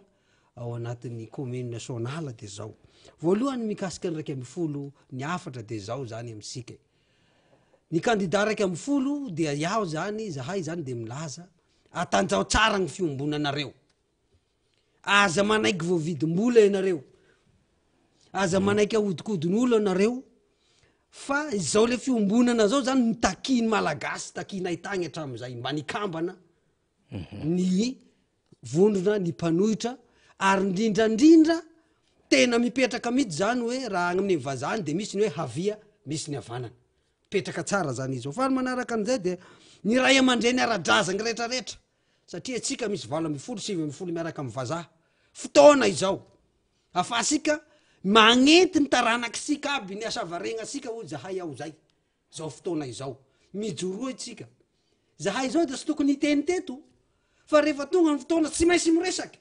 tsy maintsy avoaka gny marina fa fotoana mihitsy zao tsy eo zao fa nametra-pialana ny filoam-pirenena de kiondalagny zao zany afahatsika mapetraky tsara hoe io zao io mpanjaka aby lonaka aby isa tanà io fotoana izao hitsangany mpanjaka ray manontolo hanavitra ny Madagasikara farany moa zany firaisamony-pirenena ny foloalindahy ny tafoka zany zay zany de tena angatahanay enareo avao ny dokotera ny constitution dikana io enareo avao ny dokotera mahay misabo an'io fa raha voasenareo zany mitsangana mitsabo an'io sarotsy de farany indrindra farany angaho eky alohan'ny malagasy hanome fotoana manokana ifandiniky heky aloha mifampiresaky zay ihany zay gn'afahana miroso fa raha mbo tsy mifampiresaky sika gn'eo avao gn'eo zay zany ny afatra amitsika ray aman-dreny indrindrandrindra moa zahay agny de makasitraka makatelina misaotra betsaka ny MBS misaotra betsaka ihany koa ny fandarana miara-manonja afahanay mba namoaka ny hevitrinay ka de egnany mba samy hanana Madagasikara milamina tsika hoy zahay eo zay hoe anay Madagasikara anahy Madagasikara anao Madagasikara ary atsika Madagasikara saotra betsaka to makasitraka ny Guevara tsika am'izay fanio-keviny zay satria ho an'ny fandamina moa de nomentsika mba minitra vitsy ireo namana zany avy any amin'ny faritra hiditra amitsika eto ny député Ramboasalama Emilien député Rambo isika zany voavidy eo amboribory tany faefatra nandritry ny herinandro maromaro izy tsy niaraka tamitsika noho ny fandamina maro samihafa sy ny adidy amanandraikitra de efa avy tany amin'ny atsimo antsanana nosy tany any ko de rehefa avy any a tsimo antsanana nosy de niatrika fivoriana marobe samihafa teto an-tanàna teto de avy eo ihany ko omaly dia mbola tany akazo be tany ray a nametraka ny rafitry ny komity manoana marika ravalomanana zany satria moa tsika miomana foana hiatrika amin'ny fifidianana zay tsy fantatsika rovina raha pitsy ve raha afaka pitsy ve amin'ny 9 novambra ve fa de zao ny fiomanana de mitoetra foana tahaka an'izay fa nataony ny antokotiko Madagasikara sy ny mpanoana marika ravalomanana hatramin'izay miarahaba deputera Amboasalama Emilien sady tonga soa indray aloha zany tsika nandritra izay herinandro maromaro izay a de mino fa betsaka ny voandalana azonao resahana eto amin'ny fandarantsika miarabanao faniry de miaraban'ny teknisianina rehetra ao ambadika ao zay mampita izao fandaran'izao amin'ny alalan'ny televiziona sy ny ainao aman-jery ianareo namana ao amin'ny radio Madakoa dia izay mampita zao dia tolorana ny araba feno sy ianareo mpikirakira ny sotratsiratsira rehetra eto amin'ny manaraka izao fandarana izao zany alohan'ny tenenina dia mamela isaotra an'Andriamanitra faniry satria efa elaela tokoa tsy teto ary araky ny teninao hoe herinandro maromaro fa noho ny fandarana sy ny adidy ary ao anatiny hoe iraka mpanaoviny tena koa dia misy ny iraka nampanaovina tany ivelany de misy asa hafa koa natao dia ireny fiarana tamin'ny filomarika ravalomanana tany Kidorsy ireny de misy araky ny tena hoe sud-est sy ny rehetrarehetra de nataony teto Akazobe Vomaly koa ka zandry rehetra amina to tanteraka de noho sy ny fitiavan'Andriamanitra no fahasoavana mena ny tena dia tsy mety raha tsoraka isotra azy mbola nomeny tanjaka sy hery fahasalamana anatanteraka zany adidy zany matoa mbola mena zany dia fantatra hoe mbola misy adidy zany miandro ny tena eto amin'ny tany sy ny fanjakana zany ny olo amin'ny fiarahamonina dia manaroroatra manao kokoa amin'ny rehetrarehetra zay ela be zay tsy hita zay indrindrindra ny vahoaka eto amin'ny boribory tany faefatra zay miandry ny androany satria raha izay nandehan'ny alana teto zay de androany zany vao sosera teto amin'ny MBS fa tamin'ny herinandro ambony efa nisy ny angaretina de teny amin'ny ny televiziona rahavavy kolno nanaovana azy fa ny fandarana de ny rana namokatra fa de teny naovana azy fa androany moa zany de tonga ety amin'ny araky ny fitentsika ety amin'ny tanàna indray zany zao androany de androany no mitotony eto ny député colonel Rambo anao an'izao fandarana miaramonao zao de manao kokoa atsika rehetrarehetra namana rehetra ao Toulouse ao Kelizea Sarary Rindrina kely sy ry Kely Orléans ry Jaozaka ao amin'ny 94 zao Rejany Arpazon PDB tsy voateny eto na ny any Canada na ny any Italie na ny any Espagne zay atao hoe nandehanana atao Eropa atao de tianina manao tsy voateny tsy raha eto fa dia tambatra be hoe de manao kokoa anareo fa dia ampitiavana lehibe no aloran'izao fandarana miara-monina zao anareo ary misy manantena fa eo nareo manatrika izao fandarana zao mba tia ahenony hoe inona marina ny tena zava-misy inona vaovao Tananarivo inona vaovao any amin'ny tanirazanany ia alohan'ny resantsika raharam-pirenena azy aloha de aloha hitondra voandalan'ny omaly raha toka vonina faly ny sary satria misy voandalana omaly ty izy ty deputera Amboasalama nitarika ny délégation niaraka ny ambassadeur Julien ianao tany Akazobe moa zany laram-pirenena amin'ny iny lalana faefatra iny 90 kilometatra maherina Tananarivo ahoana sy ahoana mikasika ity KMMR ty deputera Amboasalama io zany araky ny toromarika meno ny filomarika ravalomanana tamin'ny voalohan'ny volana Jolay izay nanaova ny fanambarana ofisialy nandritry ny congrès nataona antokotiko Madagasikara dia rehefa nanao fitetezam-patra izy ary no fitarainan'ny olona rehetrarehetra mikasika an'ity fampitehany ty Madagasikara ty dia nanaiky izy ary nanolo tenany ilatsaka ho candidat ho filoham-pirenena zany ka rehefa niteny an'izay izy de araky ny teniny hoe totrano tsy efandrery ary zay mitambatra vato zay misaraka fasika ka ny antso ndery velona rehetrarehetra izy zay resy lahatra any atao hoe vina mpiaramonina tolotry tiako Madagasikara sy vina mpiaramonina zay oetiny filomarika Ravalomanana anarenana nyty firenena ty zay tena potika tanteraka mihitsy amy lafiny rehetra na lafiny politika na lafiny toe-karena na amy lafiny ara-tsosialy na ny lafiny araka-ekônomika de tena potiky tanteraka de eo zany a fiantsonan'zay olona rehetra ka resy lahatra am'izay atao hoe vinam-piarahamonina oetiny filomarika Ravalomanana zay a dia entina zany a anatevina lay atao hoe atoko tiako Madagasikara zay atokony natsangany filomarika Ravalomanana nanolotra mangataka ny hoe irotsahany candidat amin'ny filoham-pirenena zany de no zay antony zay zany hoe araky ny fiteny hoe totrano tsy efanindreny ary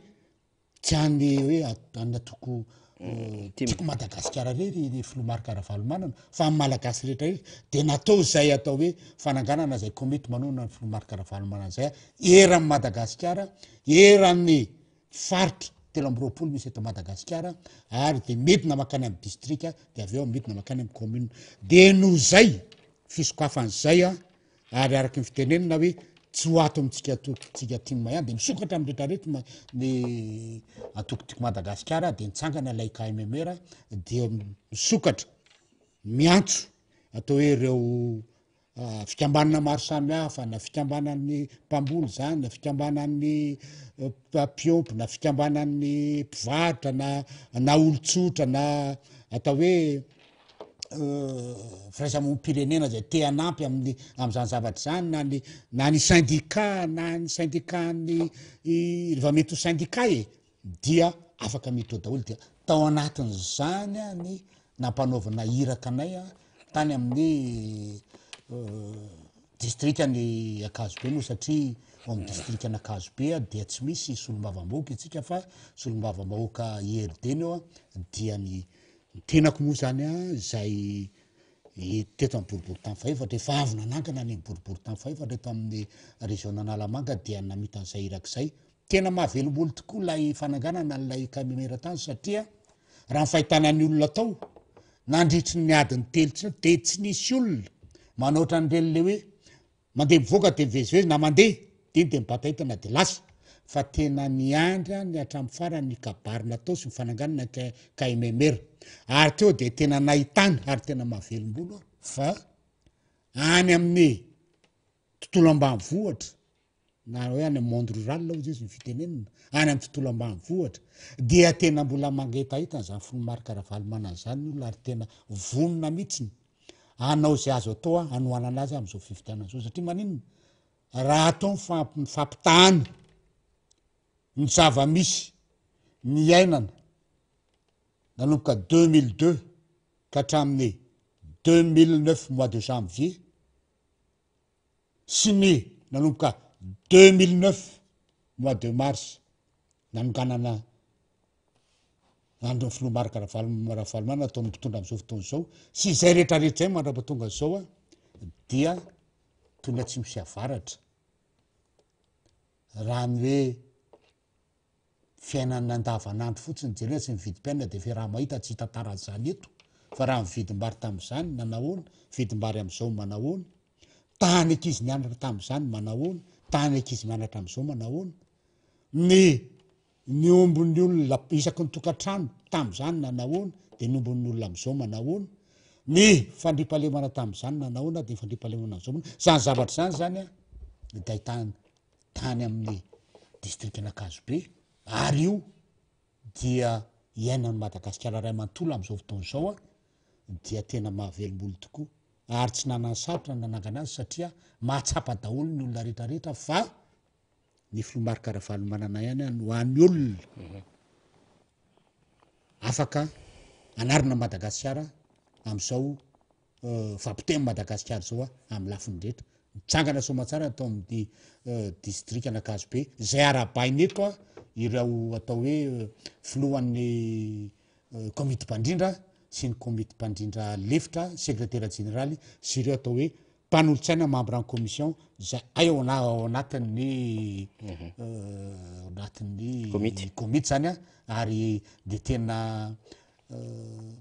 tena mampiavaka azy ary ny tena impiteto a dia nandritry ny fotoana izay namoaboasana sy namelabelarana ny antony sy ny fomba fiasan'lay rafitra sy ny hoe izy ataolo anatin'le rafitra izy am'mpikambana tokonao dia zay olona mandeha mivoaka de tsy miverina fa tsy manotra ny sasany hoe tsy mety aminay ty tsy miady ampesinay izy ty ny tanora fa dia tena manatrika hatramin'ny farany ary dia nandray anjara hatramin'ny farany ny sary mo hitanareo fa de hevitra anankiroa ny taova de zany hevitra zany dia tena na femipoka ary misy ary mipetraka amin'ny tany mihitsiny manaraka n'lay fandarana fa dia eto zany dia miaraba ny eo amin'ny distrikana Akazobe fa de raha araky ny vaovao azo moa zany sy ny zao marainy zao avy any dia efa manomboka ny asa sadatra reo amin'ny fametrahana ny KMMR any amin'ny commune tsirairay avy any zay misy commune 5 any amin'ny distrikana Akazobe ary lay atao hoe commune amin'ny am'izay 5 zay de ny commune 10 am'izay de ao anatin'lay tena faritra rozo mihitsy satria asa ratadidinao faniry fa tany misy an'lay any am'le commune Ambolitarakely zao amin'ny distrikana Akazobe izy le tanàna ray manontolo Dorandalo de am'izao fotoana zao raha zay ao raha de efa mandeha sady na efa misy kedina pen'olona sady any sindreta am'izao fotoana zao efa misy tanàna efa tafiandalo ka de zay mihitsy mamainy olo atsangano malaky ty rangano anana filomarika aravalimanana fa tena efa dodina sy maika ry zareo anoana filomarika aravalimanana satria de mafy loatra ny fiainana ambavoatra any tsy arakaraky tamin'ny filomarika aravalimanana teo amin'ny fitondrana tany sy ny fanjakana nomboka 2002 ka hatramin'ny 2009 zay zany no azo lazainao maly aloha de vita somatsara iny dia miarabany zareo de miarabana tokony tiako Madagasikara eto Analamanga natsangana an'izay KMMR any Akazobe zay zany fa tsy azotsika lalovana fotsiny koa nefa ny 4e arrondissement zay misy anao député Rambosalama afaka resana ihany angambany satria efa nametraka ny KMMR ihany koa boribory tamin'ny faefatra sady mandefa sarytsika faly mba hitondra fanazavana kely any député Rambosalama satria mety mantany olona rovina de aiza de iza ny atonona de ahoana sy ahoana ny fandehany Akazobe iny resana iny fa ny eto tanàna ihany koa mba tokony hiresahana kely angambany député Rambosalama marina mihitsy zany faniry ary fantsangana tamin'ny 10 septembre teo zany neny boribory tamin'ny faefatra zay ny quartier général moa dia eo amin'ny namotana villa fanomezana zay fa quartier général ny atoko tiako Madagasikara rehefa amin'ny fotoam-pividianana ohatran'izao dia efa mitsangana koa zany ny KMMR ato amin'ny boribory tamin'ny faefatra ary tiana mariana eto zany faniry fa araky ny toromarika dia tsy misy na iray aza tompona andraikitra ambonin'ny team mihitsiny zay mitarika an'le KMMR satria tsy misy dikany ny anaovana KMMR raha ohatra ka hoe team ihany fa dia mena sehatra malalaka mihitsy ireo resy lahatra araky ny teny fotoany amin'ny vinam-pampandrosoana oetiny filomarika aravalimanana rena firenena eto amin'ny boribory tamin'ny faefatra anjay anjara am'zany KMMR zany dia tafazavana somatsara ny KMMR ary misy arak'ilay hoe firafitry ny lay komity moa zany de misy olona tsotra lehibe any eo dia misy mpandrindra lefitra zay araky ny tenenin-jareo moa zany dia nozarain'ny zareo zone 7 ny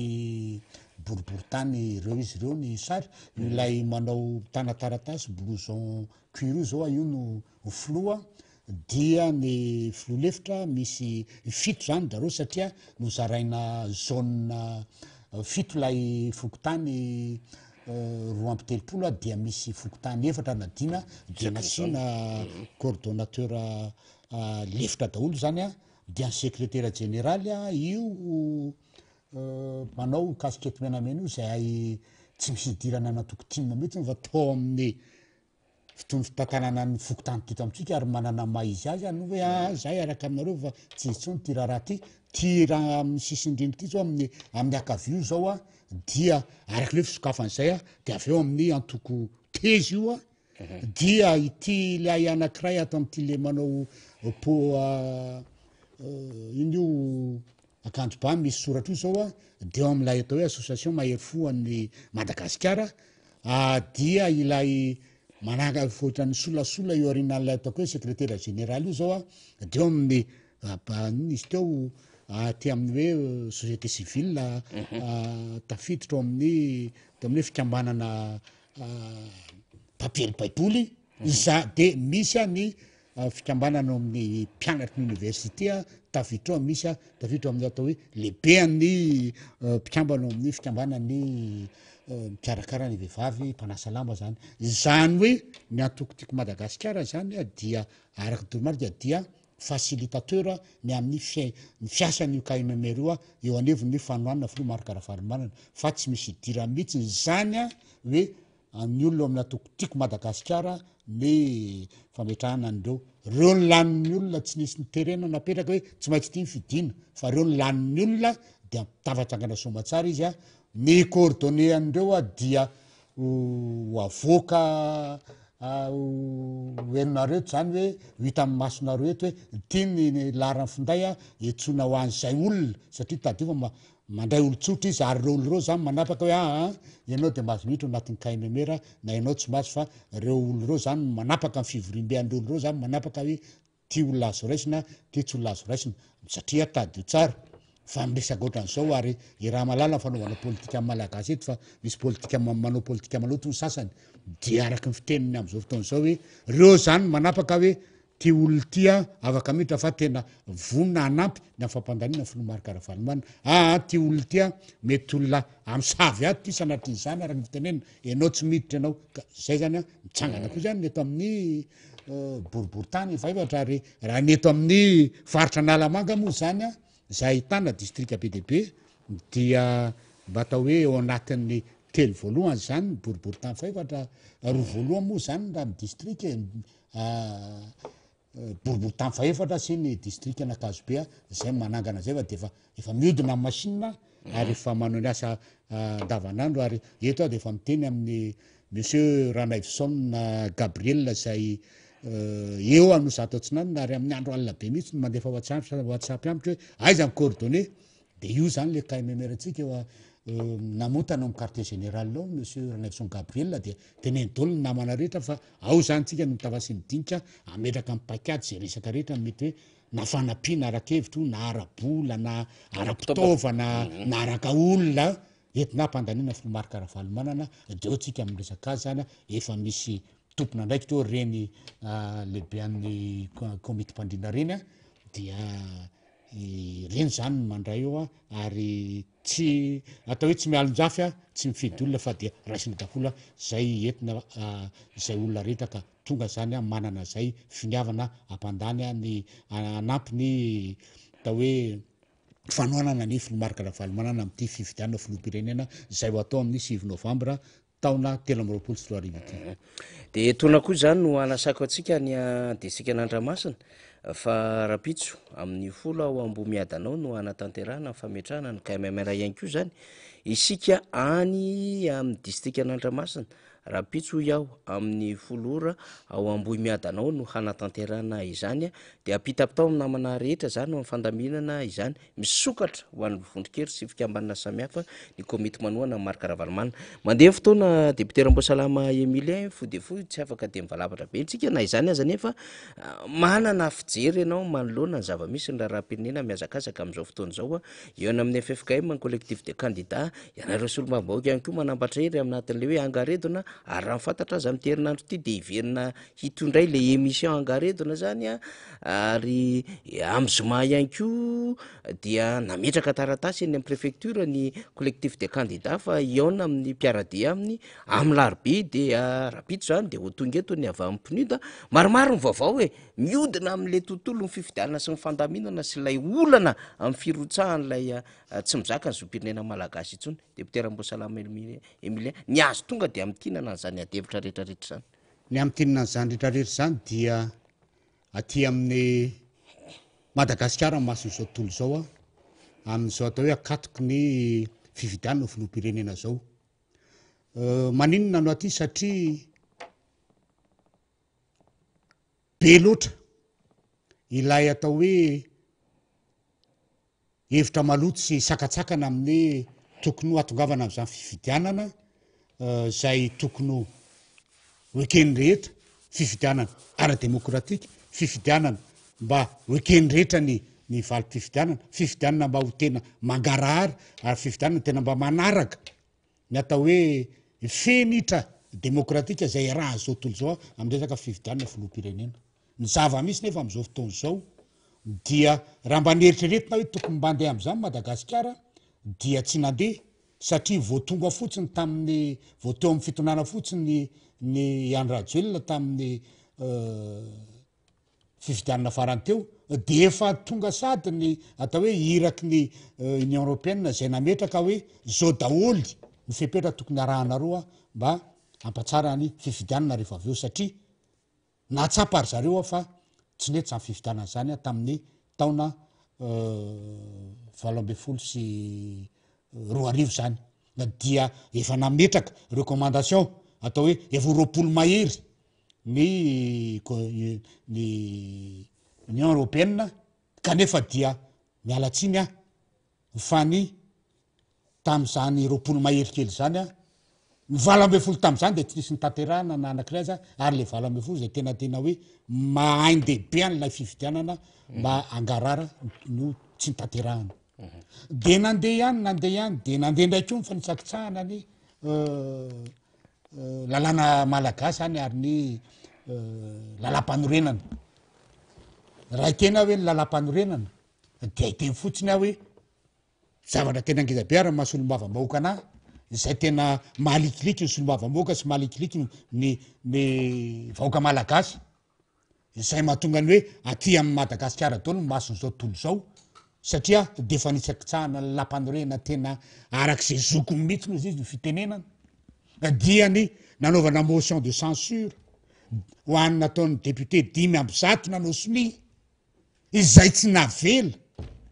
noitizina hatramin'ny farany ilay atao hoe procédure fanangana ny motion de censure an'ilay gouvernement tam'izao fotoana zao fa namorina raha atao hoe solombava-bahoaka pomba ny fitondrana am'izao fotoana zao teny amin'ny siège-ny IRD teny amin'ny Ambodivona zany zay natrehan'ny Ambodivona zay natrehan'ny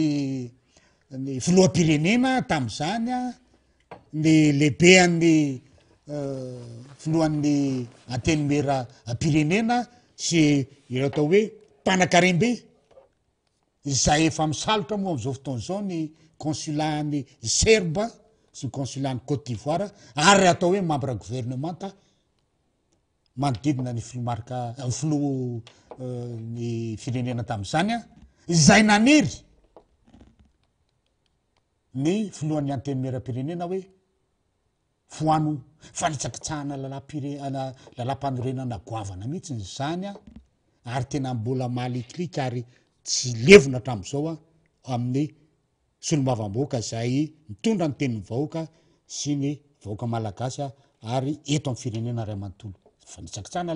ny lalam-panorenana zay de mbola nandeha koa avy eo navoakan'ny gazety anakiray ary etapoky hitam-pirenena fa akaity Madagasikara ty ka hoetim-bazaha fa zaka iny no mitantana azy fa zany filoham-pirenena zany hoe le fiandriana le firenena malagasy misity zany no tsisy satria dia zay olona efa nanjanaka azy nandritry ny taona maro ary namono malagasy maro tamin'ny 1947 no mbola misalotra n'lay akanjo mafiloham-pirenena zay nangatahana amin'ny naturalisation vazaha azy izay voateny ao anatin'ny lalàna fa rehefa manao mahazo an'izay nationalité vazaha zay frantsa zay izy very tanteraka ny mamalagasy azy dikan'izay zany de fa nitsakitsahana lalàna malagasy tao anatin'ny code de nationalité no natao hatram'izay ary nitondrany ny tany sy ny firenena zay mamiteraka ady goavana ary ady hevitra goavana am'izao fotoana zao ary tsy azo ekena eto amin'ny tany sy ny fanjakana ny mbola ivitrahany zany olo zany a ao anatin'ny fifananana ho filoham-pirenena tsy azo ekeny zany de eo ndraiky io ny atao hoe mbola fanerena ankolaka ny filohan'ny antenimeran-doha olona tsy hitondra n'lay atao hoe filoham-panjakana vonjomaiky hitatana tansoreny mandritra ny fotoanany anaovana ny fividianana sy ny atao hoe intronisation amin'ny volana janoary 2024 dia nomena amin'ny finitsakatsahanana ny lalam-panorena nomeny ny ACC izay atao hoe izy ny tena tomponantoka voalohany tomponandraikina voalohany ny fitandremana toy ny anak'Andriamaso io lalam-panorenan'io kanefa dizindraina itsakitsaky zany zay rehetrarehetra zay zany faniry no mahatonga ny masony zao tontolo zao tia Madagasikara ka andefasan'ny olona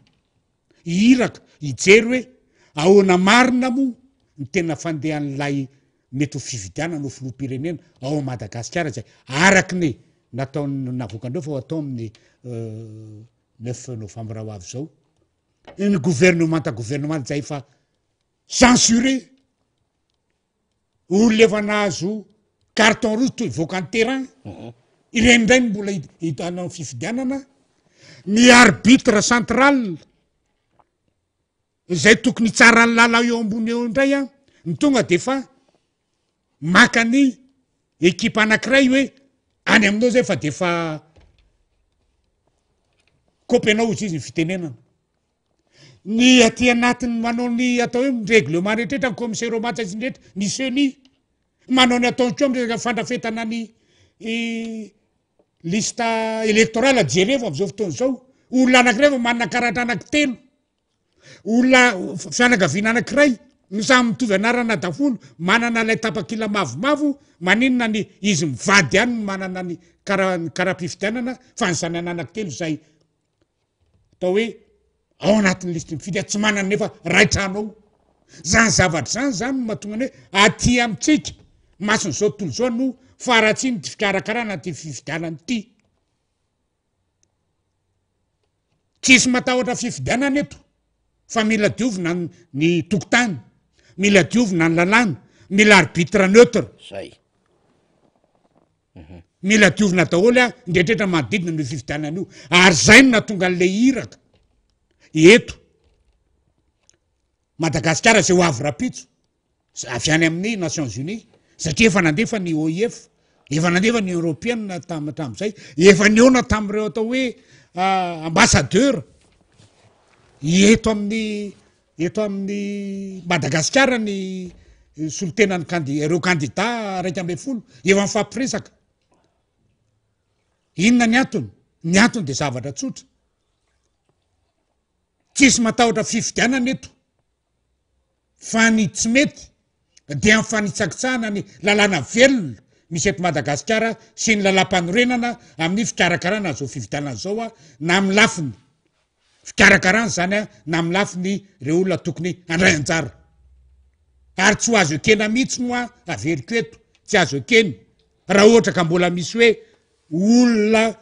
tsy tera tamin'ny malagasy no mbola ilatsaka hovidiana filoham-pirenena am'izao zay zany de fa veriny zay fa mazava ny resaka am'izay tsisy adevitra ny amin'io de ohatran'izay koa ny lalàna rehetrarehetra tsisy matahotra eto fa mila madio any tokotany a ilalovana mila madio any terrain ilalovana mila madio a hoe inona dao ny lalàna tokony anatsarana an'io a mila madio a ny mila atao hoe arbitre neutre manao ny zavatra io ny antony tenenana zany matsy a de zao hoe ny tsongotsongona maty io mba tsy andevenam-belona ary mahatonga teny an'izany a dia tsy mety raha ohatra ka Madagasikara izay manana ny toerana maizy azy aty amin'ny faritry ny Océan Indienne no andeha sanatry zany andeha akatahaka ny any Afrika amin'ny resaka ny fifamonoana na atao hoe isara-bazana amin'ny malagasy a amin'ny resaka ohatran'izany nefa resaka azo amboarina tsara amin'ny zao fotoana zao mbola tsy tara ny naovana an'izany am'izao fotoana zao fa rehefa misy moa ny belo manao an'le izy a dia fafambarakany natongavan'le olona atyana avy any Nations Unies makaty io e satria maninona nareo malagasy tsy mahay mifanaraka ka ary zany zavatra zany de tokony mahatonga saina atsika rehetrarehetra indrindrindra mpisehatra politika fa hatrano hevitra botolo fotsiny a na hoe ieritra hoe no ilay tahotra ny lehibe indrindra amty zavatra ty satria maninona ratsy loatra le zavatra natao mitany sy mifanjakana de amsangaroka mitazona mafy mihitsiny eo am'le fitondrana ny eo am'le fahy hoe hitondra Madagasikara eo mitady mafy an'le fahefana satria maninona tsy mety ny zavatra natao ka raha vao miofo ny régime raha vao mandeha amin'ny ara-dalàna zavatra atao tsy afina daholo ny rehetrarehetra dia eo vao hitan'ny havana eo ka zay zavatra zay zany mahatonga ny hoe manodidina ny momba ny fifidianana daholo reo rehetrarehetra reo namana faniry ary hoe aty amin'ny Madagasikara ny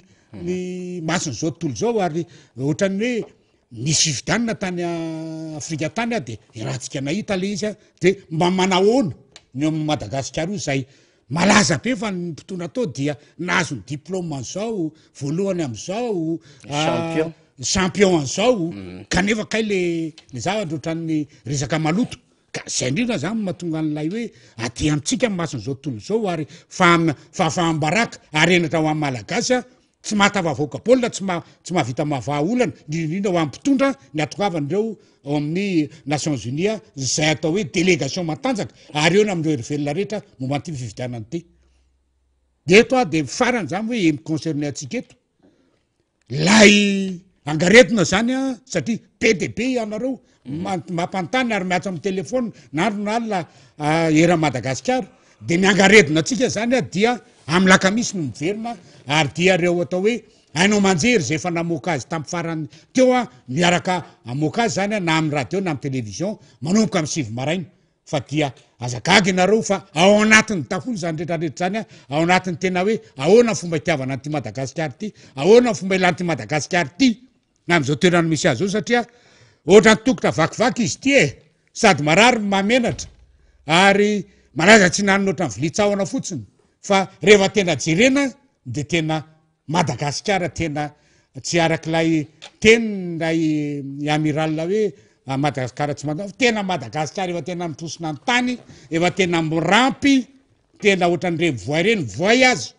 mbola manana ny tanany sy tongony mba hoe tsy tenena ankibony amin'ny tany fa malagasy am'izao fotoana zao de efa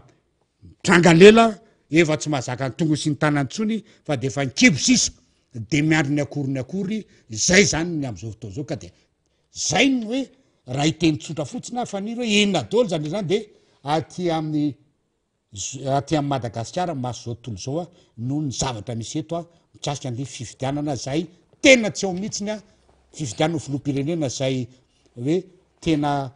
tokony ho jerena akaiky satria tadio tsara fa io miatoka amin'ny fiaina amin'ny Madagasikara ho anatin'ny 5 taona manaraka eny ary ko satria efa nandrosikely no fotoana deputeram-boasalama Emilien efa nresaka ihany ianao zany teo ny amin'ny afatrafatra samy hafa ny zava-misy anko zany a indrindrandrindra ho an'ilay angaredona lehibe manomboka amin'ny alakamisy indray a am'zomara ohatra ka mandeha tsara ny fandaminana eny am palais des sports ihany ko satria dia hitafa am'ireo ampiaradia amin'ny candidat 140 ny vahoaka ko tena efa miandro fantatra mihitsy ahoana ny toy any sinsisa ny afatrafatra zany ho an'ny fandaminana satria herinandro afany izy ity amin'ny fanio-kevitra sy ny fizaham-baolana fa mbola mitoetra ihany le hoe tsy azo ekena mihitsy ny firotsahana Andriamatoa Iandry Rajoelina zany ka mandeha daholo any ambadimbadika any fampitataorana madinidinika mandeha io moa le fomba fiasan'le fanjakana le mampitatahotra mandeha any ambadimbadika any le karazany fanelingelenana samy hafa fa ny vahoaka ihany ko nefa dia tsapa hoe manana fahavonona rehefa te hiatrika am'izany tolona iombonana zany ny afatrafatra mahasolo mamboakanao ho an'ny vahoaka indrindra ny vahoaka boribory tamin'ny fahevitra ihany ko zay mety lina ny raha-pinina deputeram-boasalama ny vahoaka mpanaraka an'ireo candidat 140 reo a dia vahoaka le mpandrosoana vahoaka liana amin'ny lim-pihavanana ary vahoaka mitandro ny anak'Andriamaso izany atao hoe fiadina amin'ny tsy fandriam-pahalemana zany. Tsy misy tokony atahorana ary tsy misy tokony antony tsy hanomeza ny préfet Antananarivo ny palais de sport anaovana zany fanahian-kevitra ataon'ny candidat raika amby folo zany ampafantatra ny zava-misy am'izao fotoana zao amin'ny vahoaka eto Antananarivo zay mpiaradia aminy. Tsisy tokony andavana an'izany raha ohatra ka tena mipetraka amin'ny hoe andry mitana zany atao hoe andry neutre mijoro amin'ny maha generaly préfet Antananarivo zany ny préfet am'izao fotoana zao. Raha tena mijoro izy atao hoe mitana zay neutralité de l'administration zay de tokony amiankalalana izany fahazahon-dalana ahafahana maneho hevitra ho an'ireo candidat raika amby folo reo amin'ny zoma zao. Ny vahoaka Antananarivo zay manaraka an'ireo candidat raika amby folo reo dia tsy ao anatin'ilay hoe vahoaka tia sotasota na vahoaka voavidy vola na vahoaka taterina amin'ny taxi be isaky ny fazatany efatra eto a Madagasikara fa tena vahoaka liana amin'ny fampandrosoana Madagasikara ary liana amin'ny fanovana amin'izao fiainana zao mba teanana ny fiainana hoavy teanana ny hoavy tsaratsara kokoa. Ka eto aho zany dia miantso ny vahoaka rehetra Antananarivo sy ny manodidina amin'ireo distrika manodidina amin'ny fiaonana izay atao amin'ny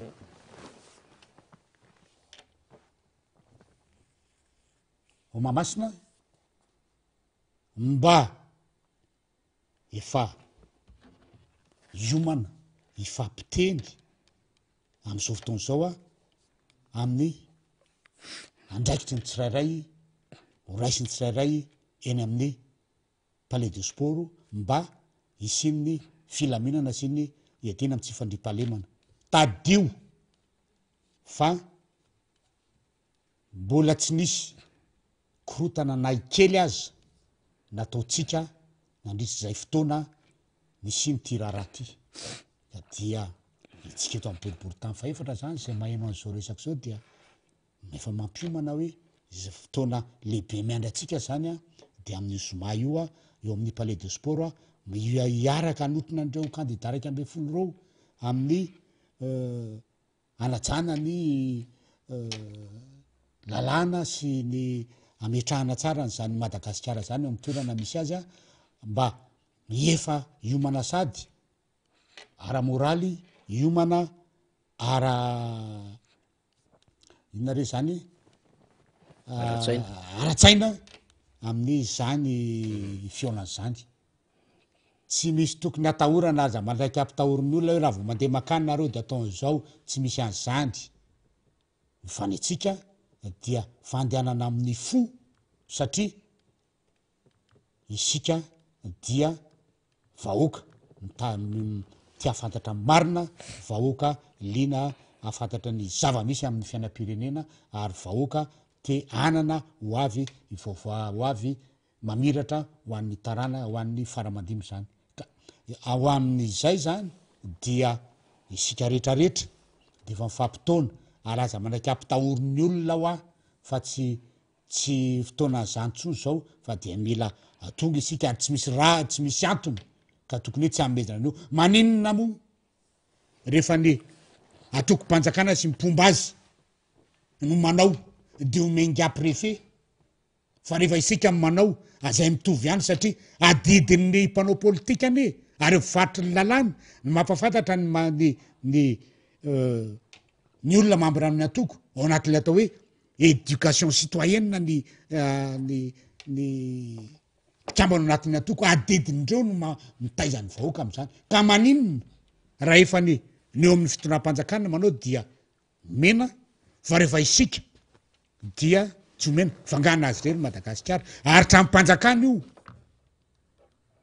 ary raha ny nefa ny information azy de hoe tsy misy ninona atao amin'io amin'ny zoma fa malalaka tsara ny zoma matoa zay andro zoma io any nangatahany reo hoe solotena candidat nanao ny fangatahana ka eto zany dia apetraka amin'ny préfet Antananarivo apetraka amin'ireo atao hoe zay mandrafitra ny Morigy engany azay engany mba tsy anao azo ny baiko izay atao hoe baiko izay mety ho teraka savorovoro na baiko tsy mandeha am'izay izy fa mino somanatena fa ianareo zay mivory eo de afantatra tsara nzay ny atao hoe inona ny tena ndraikitry ny folo alin-ta malagasy amy zavatra ohatran'izao tadio tsara fa ianareo reo no atao hoe dernier rempart zany de tokony hijanona amin'ny resaka neutre tsombany ary ary tena andinika manana zany atao hoe esprit de discernement andinika tsara ny fanapahan-kevitra izay ho avoakanareo ny amin'ny fanatanterahana an'izany fionana zany zay de efa miteny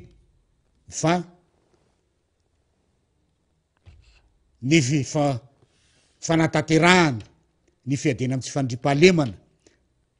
dia hovitanay tanteraka ny ao anatiny ao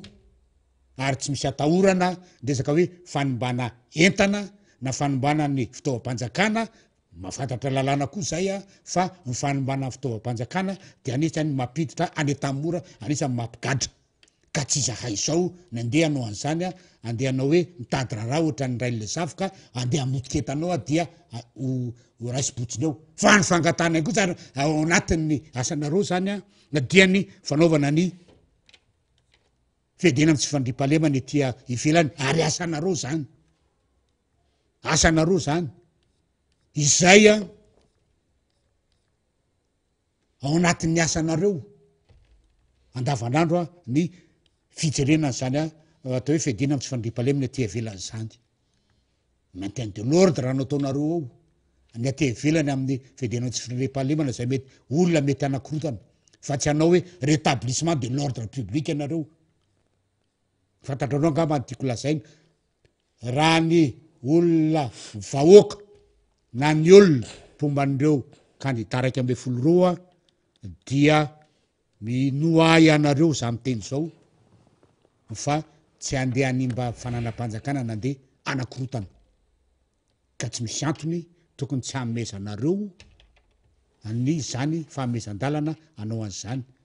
da nareo aza manao 2 poids 2 mesures rehefa menareo ny mpanaraka ny pombany mpitondra am'izao fotoana zao